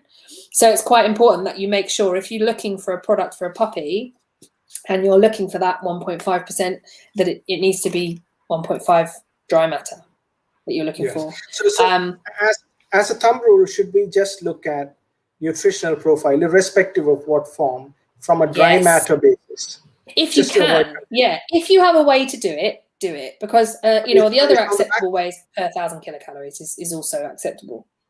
Because the only reason most of the food manufacturers seem to present it on a dry matter base at the back of the pack. Okay. I mean, if they present it on a dry matter, basically, if moisture is in that list, which it should be, certainly in the UK it has to be, but if the moisture is on the list, you have to take that into account. And there's a set of maths you can do. I created an online calculator, but I don't think I'm allowed to tell you where it is. Maybe we can decide later. There's an online, you can find an online calculator anyway. If you Google dry matter calculator, there are several. And if you're not sure because the moisture's in there, but you want to just see what it looks like in dry matter, there are lots of calculators that will do that for you. To help you decide. But you're absolutely right about that calcium. That is a real genuine problem, and it is more of a problem, I think, there now than it was 15 years ago because of this tendency to calcium supplement on top of complete foods. Right. So we have another question. Thanks, Charlie, for that one. We have another question. How careful should pet owners be regarding the medication supplements given to the meat source, especially in India, as our chicken have reputation of being pumped with steroids and antibiotics? So I give you a bit of a background to this question. In India, not every poultry farmer is aware or is subject to a sort of a contract farming where he is given a pre-disclosed kind of food. So he lands up perhaps feeding knowingly or unknowingly some antibiotics and steroids in his diet. And unless they are from established houses who certify they are antibiotic and steroid free, it's a bit of a question whether these carcasses have indeed been subject to steroids and antibiotics. Do these have any bearing to the dog when it eats it? Yeah, it does. So that so that's difficult because over here we don't have that issue because there's so much legal control of antibiotic use that it just doesn't happen.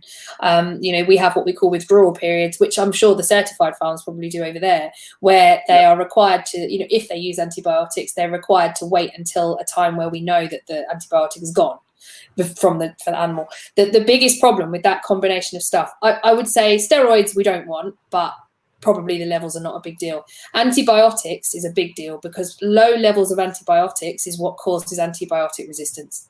Because if you're going to give a dog or any animal, human, chicken, whatever, if you're going to have antibiotics, you need it to be at the proper level. It needs to kill all bacteria. If you only give them a 1/10 dose, then what happens is you kill the weak ones, but the strong ones get immunity. Yes. Ones breed. And so to have antibiotic, low-level antibiotic contamination of pet food is a bad thing for sure. So if there is a way in India to trace stuff, I would. If you can trace it. But there are quite a lot of established processing plants and farms who do certify. So I guess the solution is you just buy it from those guys who are reputed. And I would for sure. Yeah. Thanks. For the next one we have is, are there specific needs for growing dogs, especially different sizes, toys, medium, large, and giant?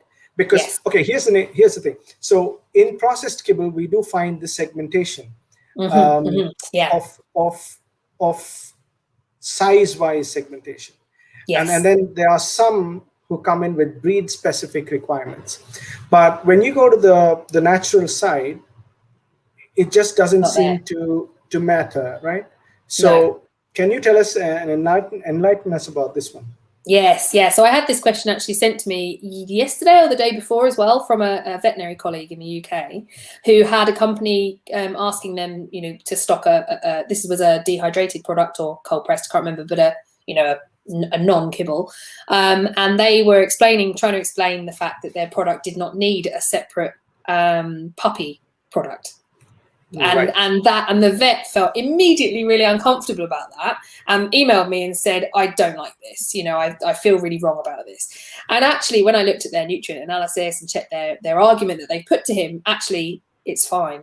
And I think there are some situations in which there are benefits. So there are some elements, for example, if you have a large breed food, perhaps it might be reasonable for a start, things like feeding guides, which sounds like a silly thing to say, but it's quite important that you take account of a feeding guide. Things like the way the food is fed, with a kibble, it's necessary to go with a big kibble and a small kibble, where with mince, it's mince. It doesn't really, it makes no difference. You don't need so there's some practical issues there. There are differences in nutrient requirements. So it's not because there aren't any, but when you actually look at it, they are only differences in calcium, really. And you can accommodate several of these categories that you've got here. So toy, medium, large, giant puppies and different ages of puppies, for example. You can actually, if you're very careful, accommodate all of those things in one product. It is quite possible. And this notion of having, there are some companies that have really gone to town on that. There's companies that make 400 types of food, one of which is for, small German Shepherds on a Tuesday, and it's just, and you just think there's no, there is some argument for specific adjustments in specific cases, but I think it's gone a bit far. I think. So Charlie, here's the thing. Yeah. For those earlier on the show, you did mention that certain breeds were having certain changes in the evolution Yes. to digest and take on.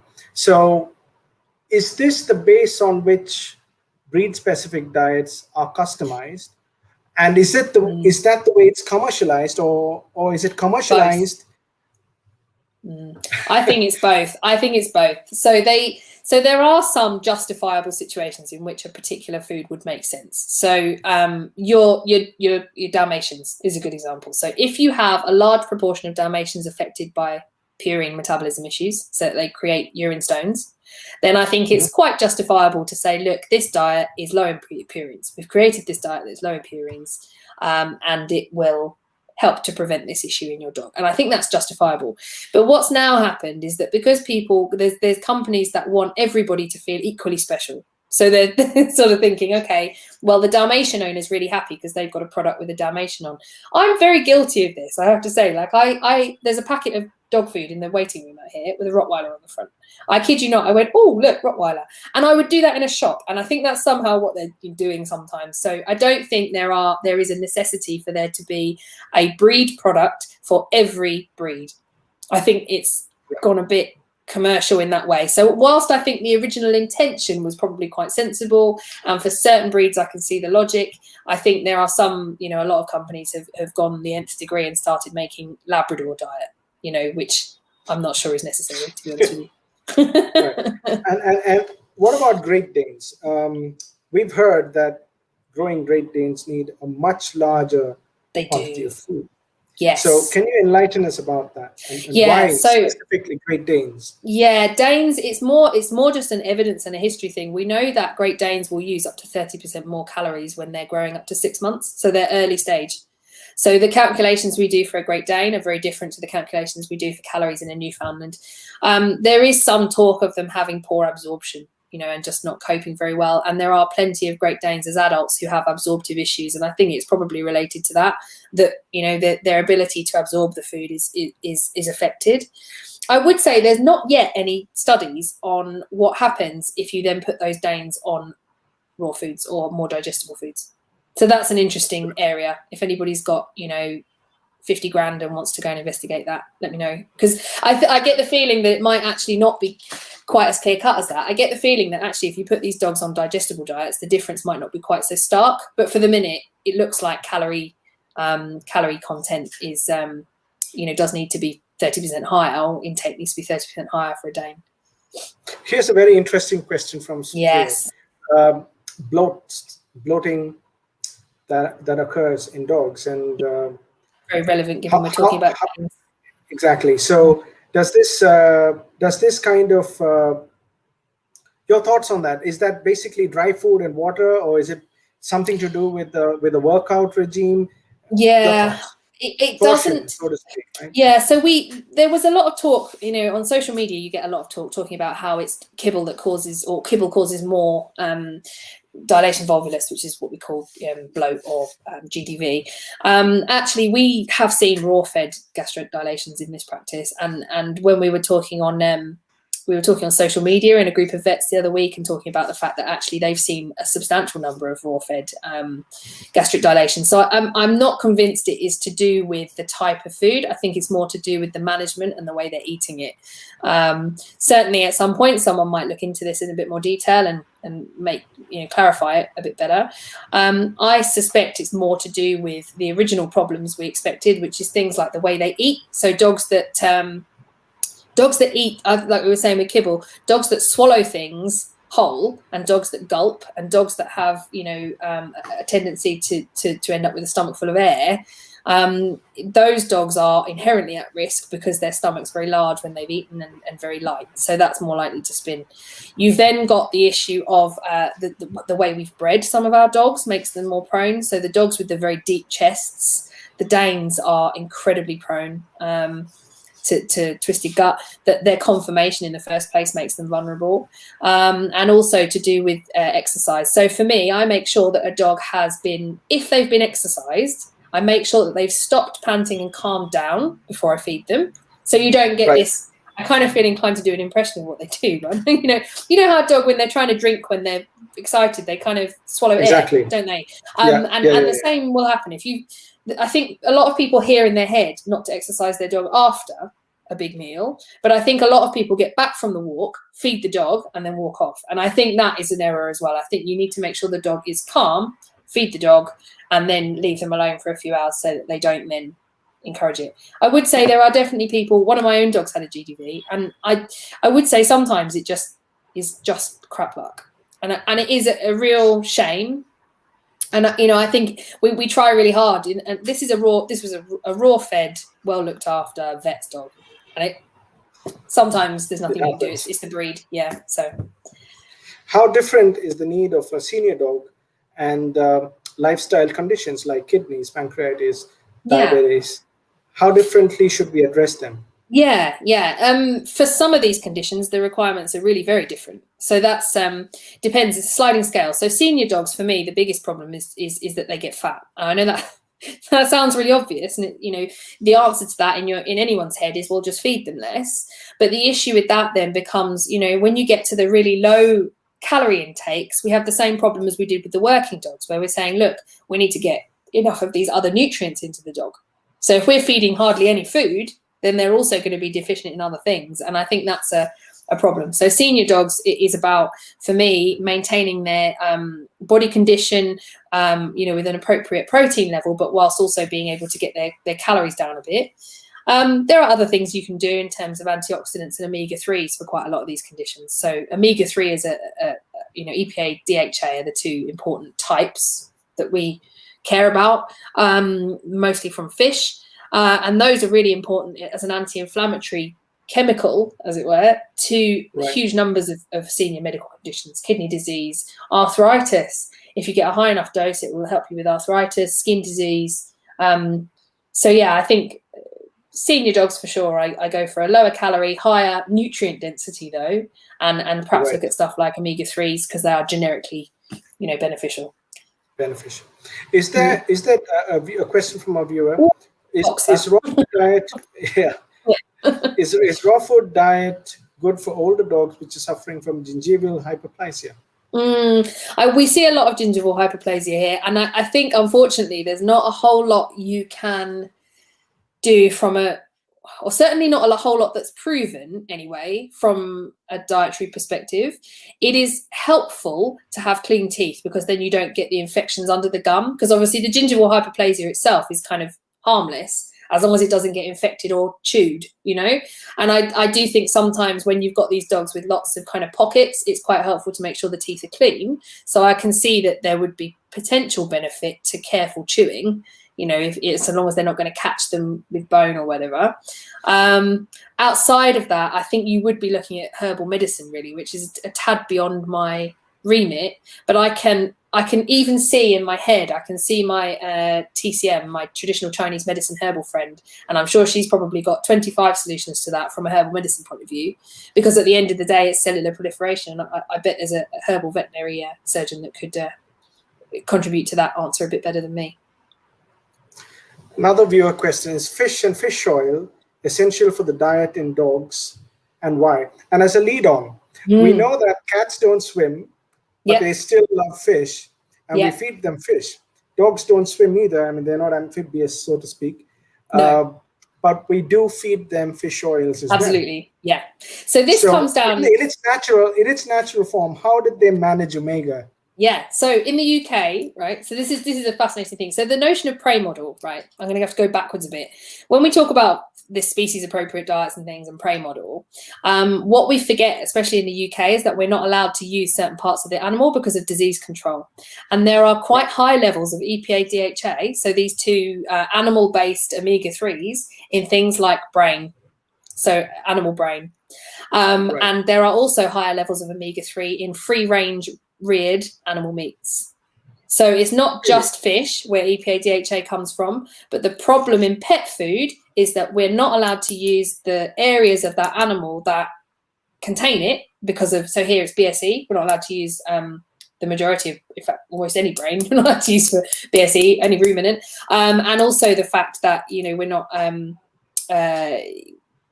I forgot what the other point was. Sorry, I just looked out the window, saw a car come past. They were talking about not being able to get the correct parts, weren't we? In terms of, though, normal day-to-day life, it's much easier for us to get it from fish. So dogs can, I would say, for me, they are essential. Technically, the FEDIAF guidelines will tell you that they are optional. So they will say, right, look, for puppies, we need DHA because we know it's important for trainability and brain development. However, the NRC guidelines, this is one of these two differences where I said there are a few differences. NRC consider it essential. And that's because dogs are capable of making EPA DHA themselves. However, they are not particularly efficient at doing it. So for me, I would say, yes, it's uncommon that I formulate a diet that does not contain a source of EPA DHA, and the easiest source for that is fish oil, to be honest, or fish. We have the next question, which is, what is the right diet plan for a bitch in whelp, and how frequent, and how, if necessary, should it be modified during the stages of the breeding cycle? So it's a big question, for sure. So we'll have to kind of start at one end and see how far we get. Something that is commonly talked about, so I'll talk about it because I think it's important, is calcium and the nutrient balance as they're running up to giving birth. It's quite important that you make sure a bitch in whelp is eating something that's complete and balanced, but that does not have excessive calcium. So many people misunderstand that and lower calcium before birth. That's not helpful either, because then you end up with a lack of contractility of the uterus. So you do need to make sure when you're feeding a bitch that you are planning to get in whelp or is in whelp, that the diet you're feeding is properly balanced. And I would say it is a bit challenging to do that with homemade raw, because the calcium will change day to day depending on whether it's a bone day, you know? So I would be inclined to feed a bitch in pup, especially in the sort of 3 weeks, 4 weeks running up to birth, something that has got a real accurate label on it, to be honest with you. In terms of calories, they don't need more until they are lactating. So is it a easier approach to then say either feed a large breed puppy diet or a performance diet, I would feed a performance diet at this point. So this sounds like an odd thing to say, but the calcium level in a large breed puppy food will be quite high. So actually, you don't really. That's a funny thing. Actually, it occurs to me that we often get told that to feed a puppy food on the run up to birth, so that when they give birth, they can eat, you know, the same as the puppies. And actually, I can see a bit of a fault with that, because they don't need that amount of calcium. Per calorie, they don't need that level of calcium until after they've given birth, and especially in your small breeds that are prone to eclampsia, you know, like your Yorkies and Maltese, those little tiny breeds that are already prone to having issues with calcium. I think increasing their calcium right before birth is probably asking for trouble.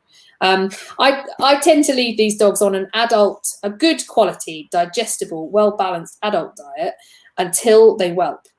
And then after that, I gradually introduce a higher calorie food. And by 4 weeks, to be honest, they'll be eating as much as they can eat. That's, you know, so to summarize that, it is good to not just look at a high protein, high fat diet, but actually a performance diet, which is designed to deliver the extra density of nutrients from a calorie. Yeah, it's never occurred to me quite that way, but I think. Yeah, for sure. If I was choosing between those two products, I would choose a performance diet rather than a puppy diet at that stage. Yeah. So we have another viewer question. Do we have studies indicating specific conditions that might afflict puppies due to deficiencies in the dams diet? Yes, we do. One of the most recently talked about over here was vitamin A excess. So, I know it's not a deficiency, but so there are some that are more subtle and that we don't see very often. So things like manganese, which is from tripe or from plant matter or grains, manganese can affect the reproductive numbers. So you can end up with puppies bitches that have small litters. So you can get 1s, 2s, 3s.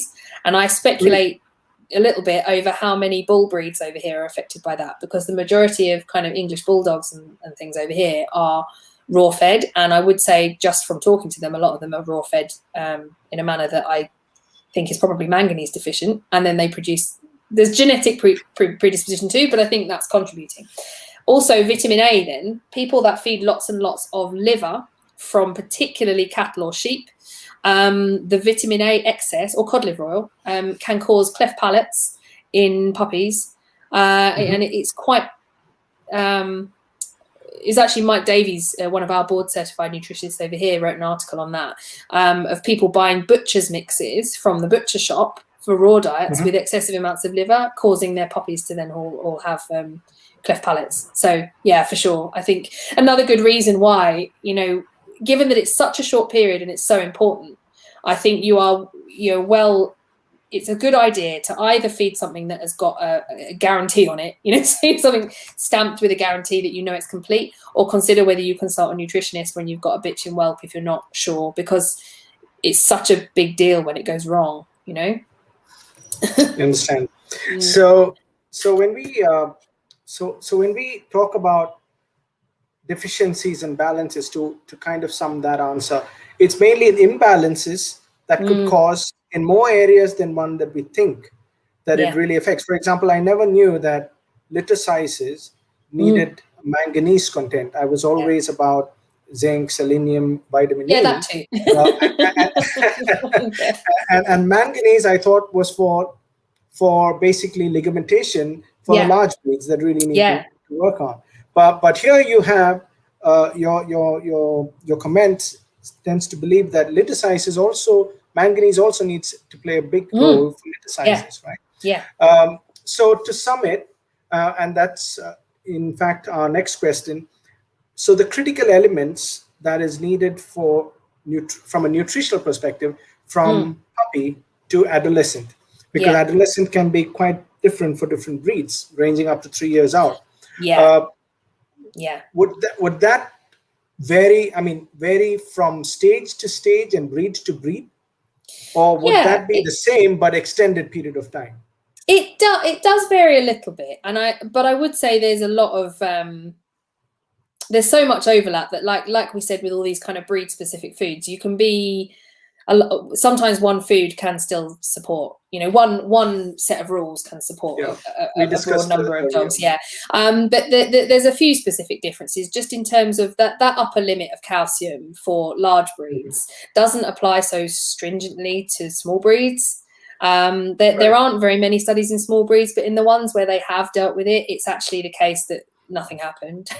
So you know, so it's there are differences in that respect. And I would say, for me, anything a small dog, I think you've got a lot more freedom with your nutrient values. Definitely for puppies, you need to be looking at things like DHA for their trainability and their neurological development.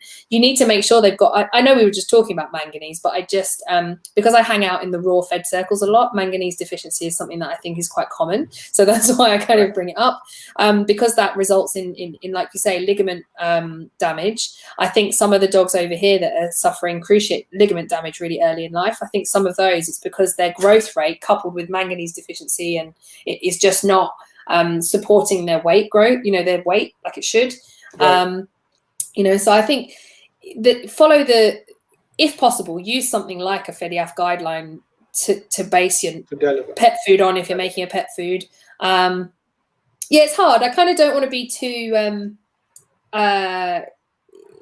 we'd call it too finicky. I don't want to be too finicky and say, you know what, you've got to have everything perfect all the time or their legs will fall off. It's not really like that. But if we go for what we would, for me, I really like formulating optimal diets. So I say, okay, look, this is the perfect diet. And in a perfect diet, I would sit and match up all these numbers, decide which ones were important and make them perfect. Because if you can, why not? So we got another interesting question, and I think we should look at that closely. What are phytonutrients and how important are they?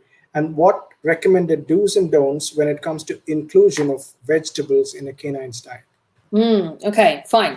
So we talked a bit about antioxidants, and they are also a type of phytonutrient, really. So a phytonutrient is any compound from any compound from a plant food that may confer health benefits. So that can be from a fruit, a vegetable, a grain, a legume, even, you know, it can be from any kind of plant, herbs, a lot of the herbal medicine, the reason they work is based around their phytonutrients. And we had there's some really fun examples, like the resveratrol from the blueberries and their anti-cancer effect. Something that's really popular over here with herbal vets that seems to be doing an excellent job in some medical conditions is actually a mistletoe extract. So there are some real good medical applications that prove how effective a phytonutrient can be, but in a day-to-day kind of health point of view, those coloured vegetables are where we should start. And I think for me, I would tend to increase vegetables gradually. So maybe if you were looking at it as fed in a bowl, you'd probably go maybe 5 to 10% to look at it in vegetables. Right. That won't contribute a large number of your calories. So you've got a lot of freedom. You've got a lot of freedom when you're talking about fruit and veg, because your calories are going to be barely affected by it. Right. Exactly. And I would try to use maybe the majority of that with kind of non-sugary stuff like vegetables, and then a small amount of things like berries. Non-starchy, you mean? Yeah, well, non-starchy, but also not too much fruit. So there are absolutely benefits to fruit, especially things like their really high vitamin C content. But the downside of vitamin C content is that if you feed a lot of it, sometimes they get diarrhea. Right. So for me, what I always say is, look mostly at non-starchy vegetables, multiple colours, many colours as you can manage. Also, blitz it up. That makes it more bioavailable. So if you, smush it, make it into, get your bullet, what's it called? The smoothie blender. Smoothie maker thing, and turn it into a slush. Some people put them in ice cubes. So you can make a big batch and just put it in ice cubes, give them some every day. We have another interesting one, which is on CBD oils. We see increase of this in some of the foods and supplements. And what is its use? Is it beneficial and what is the appropriate dose and the side effects from a long-term and short-term use? And while on this, I did visit AFCO, and they have actually said that they don't recommend hemp in the use of their food. But still, there are some food that do include them. Yeah, I mean, to be honest, so hemp, if you were talking about just hemp or hemp seed oils and things, the levels of CBD and THC and things like that in them is going to be so minimal, I can't really see that it would be an issue. I think probably that's not, I'd have to go and have a look at their reasoning behind that and see why, what that was about. But in the UK, this is really recently, CBD has been reclassified as a drug, a proper drug. Is managed by, it has to be prescribed by a veterinary surgeon now. You're not allowed to now, an internet site can no longer sell this for a pet. It has to be prescribed. Yeah. And the reason for that, so I work as well, I've got a colleague who formulated a particular product, a cannabis CBD based product for veterinary use. So we talk about this a lot. And the thing is, CBD receptors, so the thing on your body cells that recognizes CBD is a receptor, and those receptors are present in huge amounts of your organs in different places, different areas of your brain. And it does mean that CBD, which interestingly is a phytonutrient, talking about the last talk, it's just another plant, it's just that someone looked into it a bit more. It means that it has some really wide-reaching effects, and what we've started to do is try and pick those apart and try and figure out what it is they do to what body system. And you mentioned anxiety, and a lot of people have started using CBD for anxiety. Dose wise, there are really good reasons why that works. So it's not one of these things where there's an anecdote and someone said it works and it's all made up. It's real. CBD is genuinely a functional, I mean, here it's a drug. It's a drug here now, so we know it works.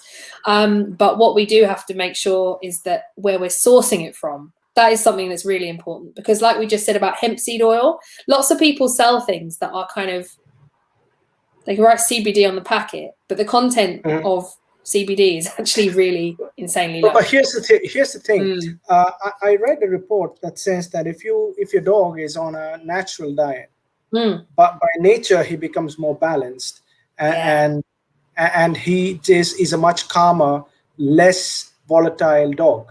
Yeah, do you know? I think I have what's the word? An opinion on why that might be. So I think I have lots of opinions on why that might be. So one of them is that I think these dogs are better mentally stimulated.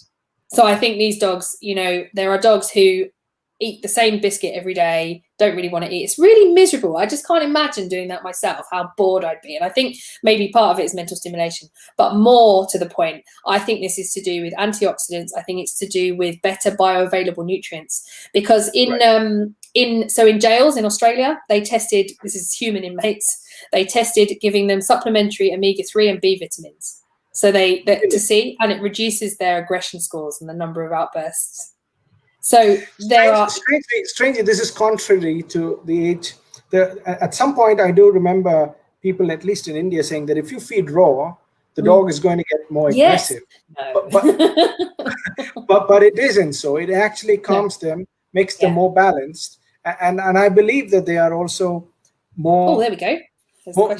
They're also more intelligent, so to speak, to kind of pick up things faster. Yeah, and this is because of. I think there is a real. Yeah, I would love for someone to. I mean, I think it's such a big study, such a big area that I'm not sure anyone will ever investigate it properly. But all of that stuff we talked about with reaction products and reactive oxygen species, we know that they're involved in degenerative brain disease in humans, and we know that cognitive dysfunction is affected by them, and we know that giving them more antioxidants and increasing their magnesium and omega-3 and B vitamins improves that. So there's a good argument for saying, look, maybe it really is just that. Maybe all it is that by accident we are correcting all these things that we already knew. So I think maybe Yeah, so we had another question which was about food aggression levels amplified with raw diets. Any thoughts on that? And after you speak, I would like to just add a little bit from a behavioral perspective. So there's two aspects to this. So in terms of, do they actually, there was a lot of talk, like Danny said, where people said, oh, you'll give them a taste for blood and they'll turn mad and start eating you. And that is, as far as I'm concerned, complete rubbish and not going to happen. What I would say, this is not my nutrition perspective, this is from a dog owner perspective. And I do have some breeds who are possessive of their stuff, and I would say because it is valuable to them, sometimes they are more inclined to defend it from their housemates. So I am a tad more careful about things like long lasting chews. I do tend to separate my I've got two male dogs who tolerate each other, and actually in the situation with Bones, they don't tolerate each other anymore, so I do tend to make sure they are well separated when I feed them. So I think from a behavioral, from a house politics point of view, I think there's a reason. But no, in terms of actually changing their basal, prey drive and making them want to be horrible, I don't think that's real. So if I may chip in here, so I do tend to see this quite strongly in Rottweiler puppies, which are between 3 to 5 months, because they are a bit strong, and I typically love these dogs. Because the drive is really strong, and if we channel them, they can be really good working dogs. So what we do is, at this point, we give him the toy that he likes, or food that he likes, or bone, and then while he's holding that, we hold him behind we hold the puppy between our legs, and then we stroke him from the nose right up to the skull and all the way back to the body. And then we say, and we calm him down with voice modulation. It's okay. It's good boy. And then we give him another bone and take this one, or we give him another toy and take this one. So the idea is that he gets accustomed to the fact that I'm going to get one if I let go, and I really don't need to be so possessive. And this conditioning at this age, they get really smart to pick this up, and then you never have a problem with this, especially. Because when this dog moves to the sleeve when he's about 15 months, when you're working him, he becomes extremely possessive, and he sometimes does not out the sleeve. So we solve the problem right at 3 months when you see it happen. That's exactly what I do. It's exactly what I do. Is I get hold of it, we calm down, we swap it over, and then they learn that whenever you're going to them, you're not taking it, you're swapping it, and that's exactly. But I also see the difference in the position where the puppy is. Between my legs on a sit position, and I'm overarching him because I'm also getting him used to limited space and extreme dominance, and I'm telling him it's okay at that point. Because these dogs, when they become older at 15 months, if you try to put your arm around their neck, could nip, because they get sharp. I'm desperate to come and see your dogs. I actually want to come and see these dogs work, because it's just, because I've got a Rottweiler, but he's a big sap. He's not, he was raised well, and I think he's brilliant dog. But yeah, he doesn't do any of this cool stuff. So we got another one, Charlie, here, which is on fermented fibers, pre and probiotics. Your thoughts, please. Yeah, the whole area of pre and probiotics and whatnot is changing. So there was a period where we thought, okay, there's a couple of particular probiotics that work. We're saying Enterococcus faecalis. We kept saying, okay, this is the best one. It must have this one in it, and it definitely gets to the gut live, and it does a good job. I'm actually starting to think, especially since so we've got something over here which I don't rely on too much yet, but it's a biome testing where we're testing the microbiome of a dog to determine whether they've got issues. I would say, I think we shouldn't put too much weight on it, but I think it's really interesting how much the biomes of these dogs change just because you change their diet. So, for example, we did find out there was a good study last year, maybe the year before, on just the fact that changing a dog's diet from one kind to another, and on this occasion it was actually kibble to raw, but to be honest, in any direction, changing the diet drastically changed the biome. And then on top of that, in another study they showed that changing the biome changed the level of aggressiveness. So there's all these links to biome that are nothing to do with these pre and probiotics. And so actually, I'll be really honest, at the moment, what I tend to do with my IBD cases, my dietary cases, is to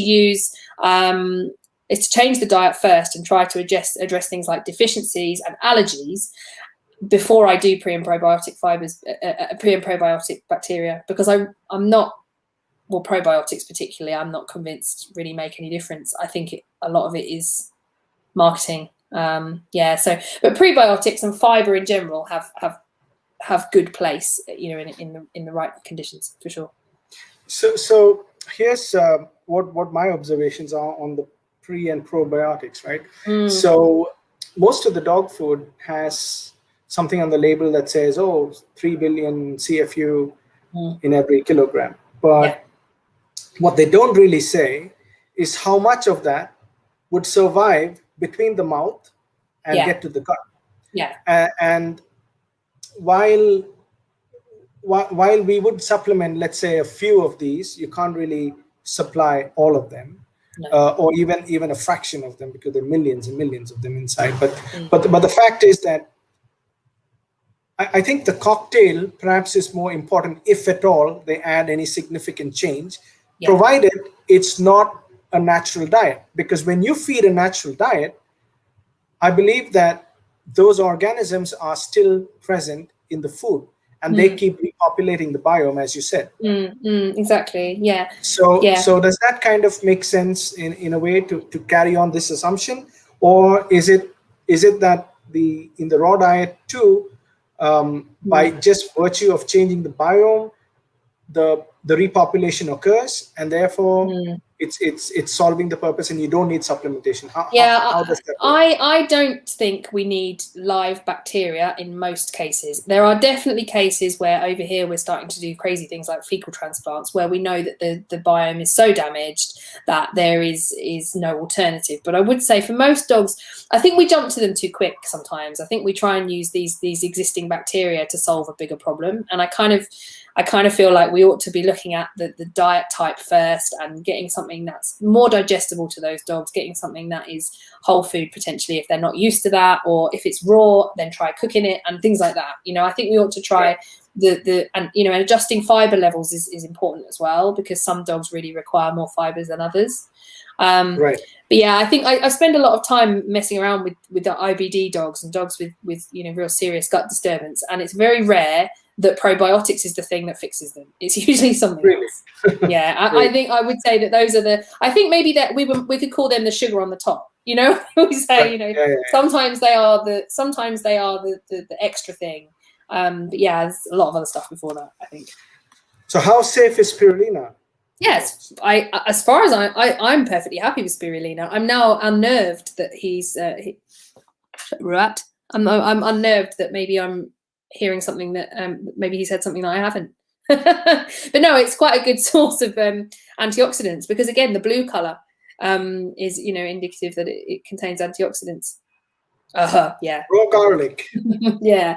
So this is a difficult one because I'm a vet, right? So so I don't advocate putting raw garlic in food, because whilst I appreciate that there are situations in which a carefully controlled level might have benefit, or might certainly not cause any harm, and might have benefit in terms of parasite control and so on, the risk for me that people are, the level of dangerous chemicals in there is going to be different, or that the owner misunderstands it and uses it incorrect. Cloves versus bulbs, for example, that's a good misunderstanding.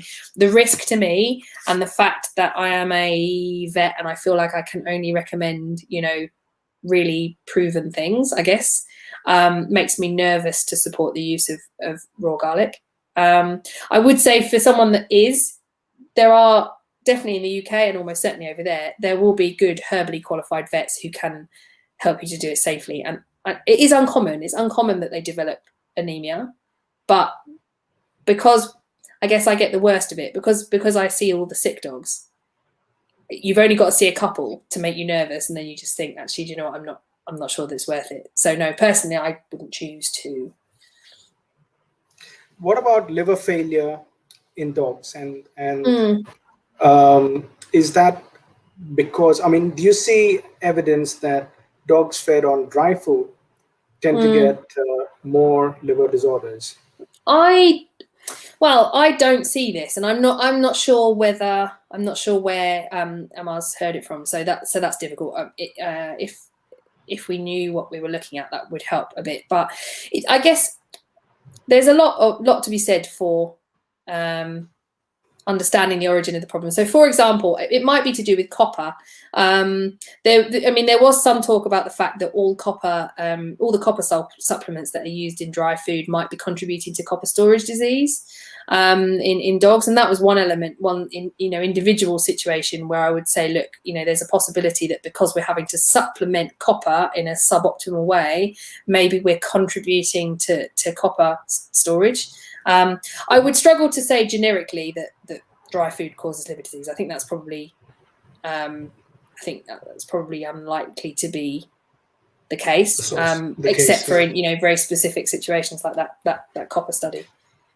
So we have a next question from Neeraj, who wants to know if there's anything specific or essential to be part of a stud dog. Zinc. Zinc. No, it's true. So I had a good giggle about this with my we did a talk with it was all girls, which you can just imagine. But they use a lot of zinc in their activities. That sounds really, but it's true. So make sure that your dog has a good source of zinc. You don't necessarily need to supplement them, but it does mean that you want to make sure their diet is relatively high in red lean meats if you are a raw feeder, or pick a diet that is high in protein and red lean meats if you're picking a kibble or a processed product of some sort.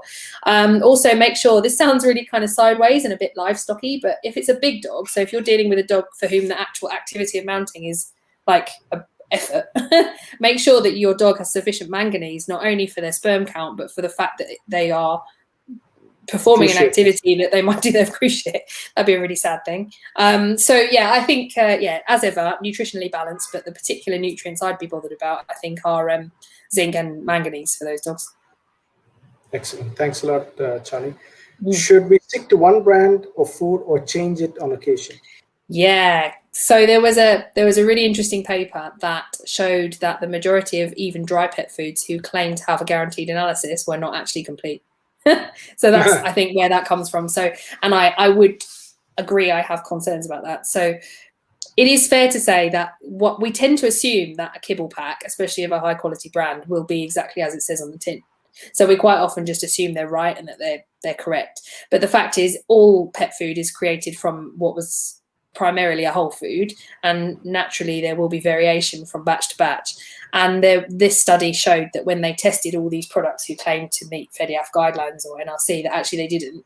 And in that case, you would fall upon the same justification for rotating raw foods. You would say, okay, well, look, feed a variety of kibble foods, and the chances are if you've missed it with one, you'll hit it with the other. So I would say that's not an unreasonable thing to do, rotating kibble. I think that's not unreasonable at all. Charlie, the last question of the day. Mm. Your choice, raw, minimally processed, or kibble? We've Okay. done a good 2 hours and a quarter. Yeah, there. sorry. I'm good at talking though. I'm sorry about that. That was yeah. You've met me, you know. That's so for me the big gap between these two things is between the minimally processed and the kibble. So I've got raw and minimally processed, also things like home cooked. Most of those things for me fall into the same category. You know, I'm kind of happy with most of those. Kibble, I do use kibble, and I think a lot of people feel like I'm going to say no, kibble's terrible. But I think for me it very much depends on the situation. If I was in a shop and I had all the money in the world and no time, I'd buy a minimally processed product. If I had all the money in the world and lots of time and a big freezer, I'd probably buy raw. So I think, yeah, I'm certainly a fan of the less processed end where the option is there, but I do think it's important that it's done properly, because you know, a badly produced raw diet is worse than a balanced kibble. You know, I'd rather feed a good quality kibble. And I would say right now, what's happened at my house is that I'm really busy and I've turned off the walk-in freezer. And actually, I would rather feed my dogs right now a balanced kibble than feed them a really unbalanced selection of what I dragged out of my freezer. So, Understood. you know, so there are situations. Mm. Thanks so much, Charlie. It was brilliant speaking to you, and we didn't see that we've crossed 2 hours, which was our sorry. outer limit. but it was fun, and I'm sure the viewers enjoyed the show. And thanks for taking time to be with us on this day. Thanks a lot. Thanks to Madras Canine Club for holding this show and enriching every one of us. Thank you.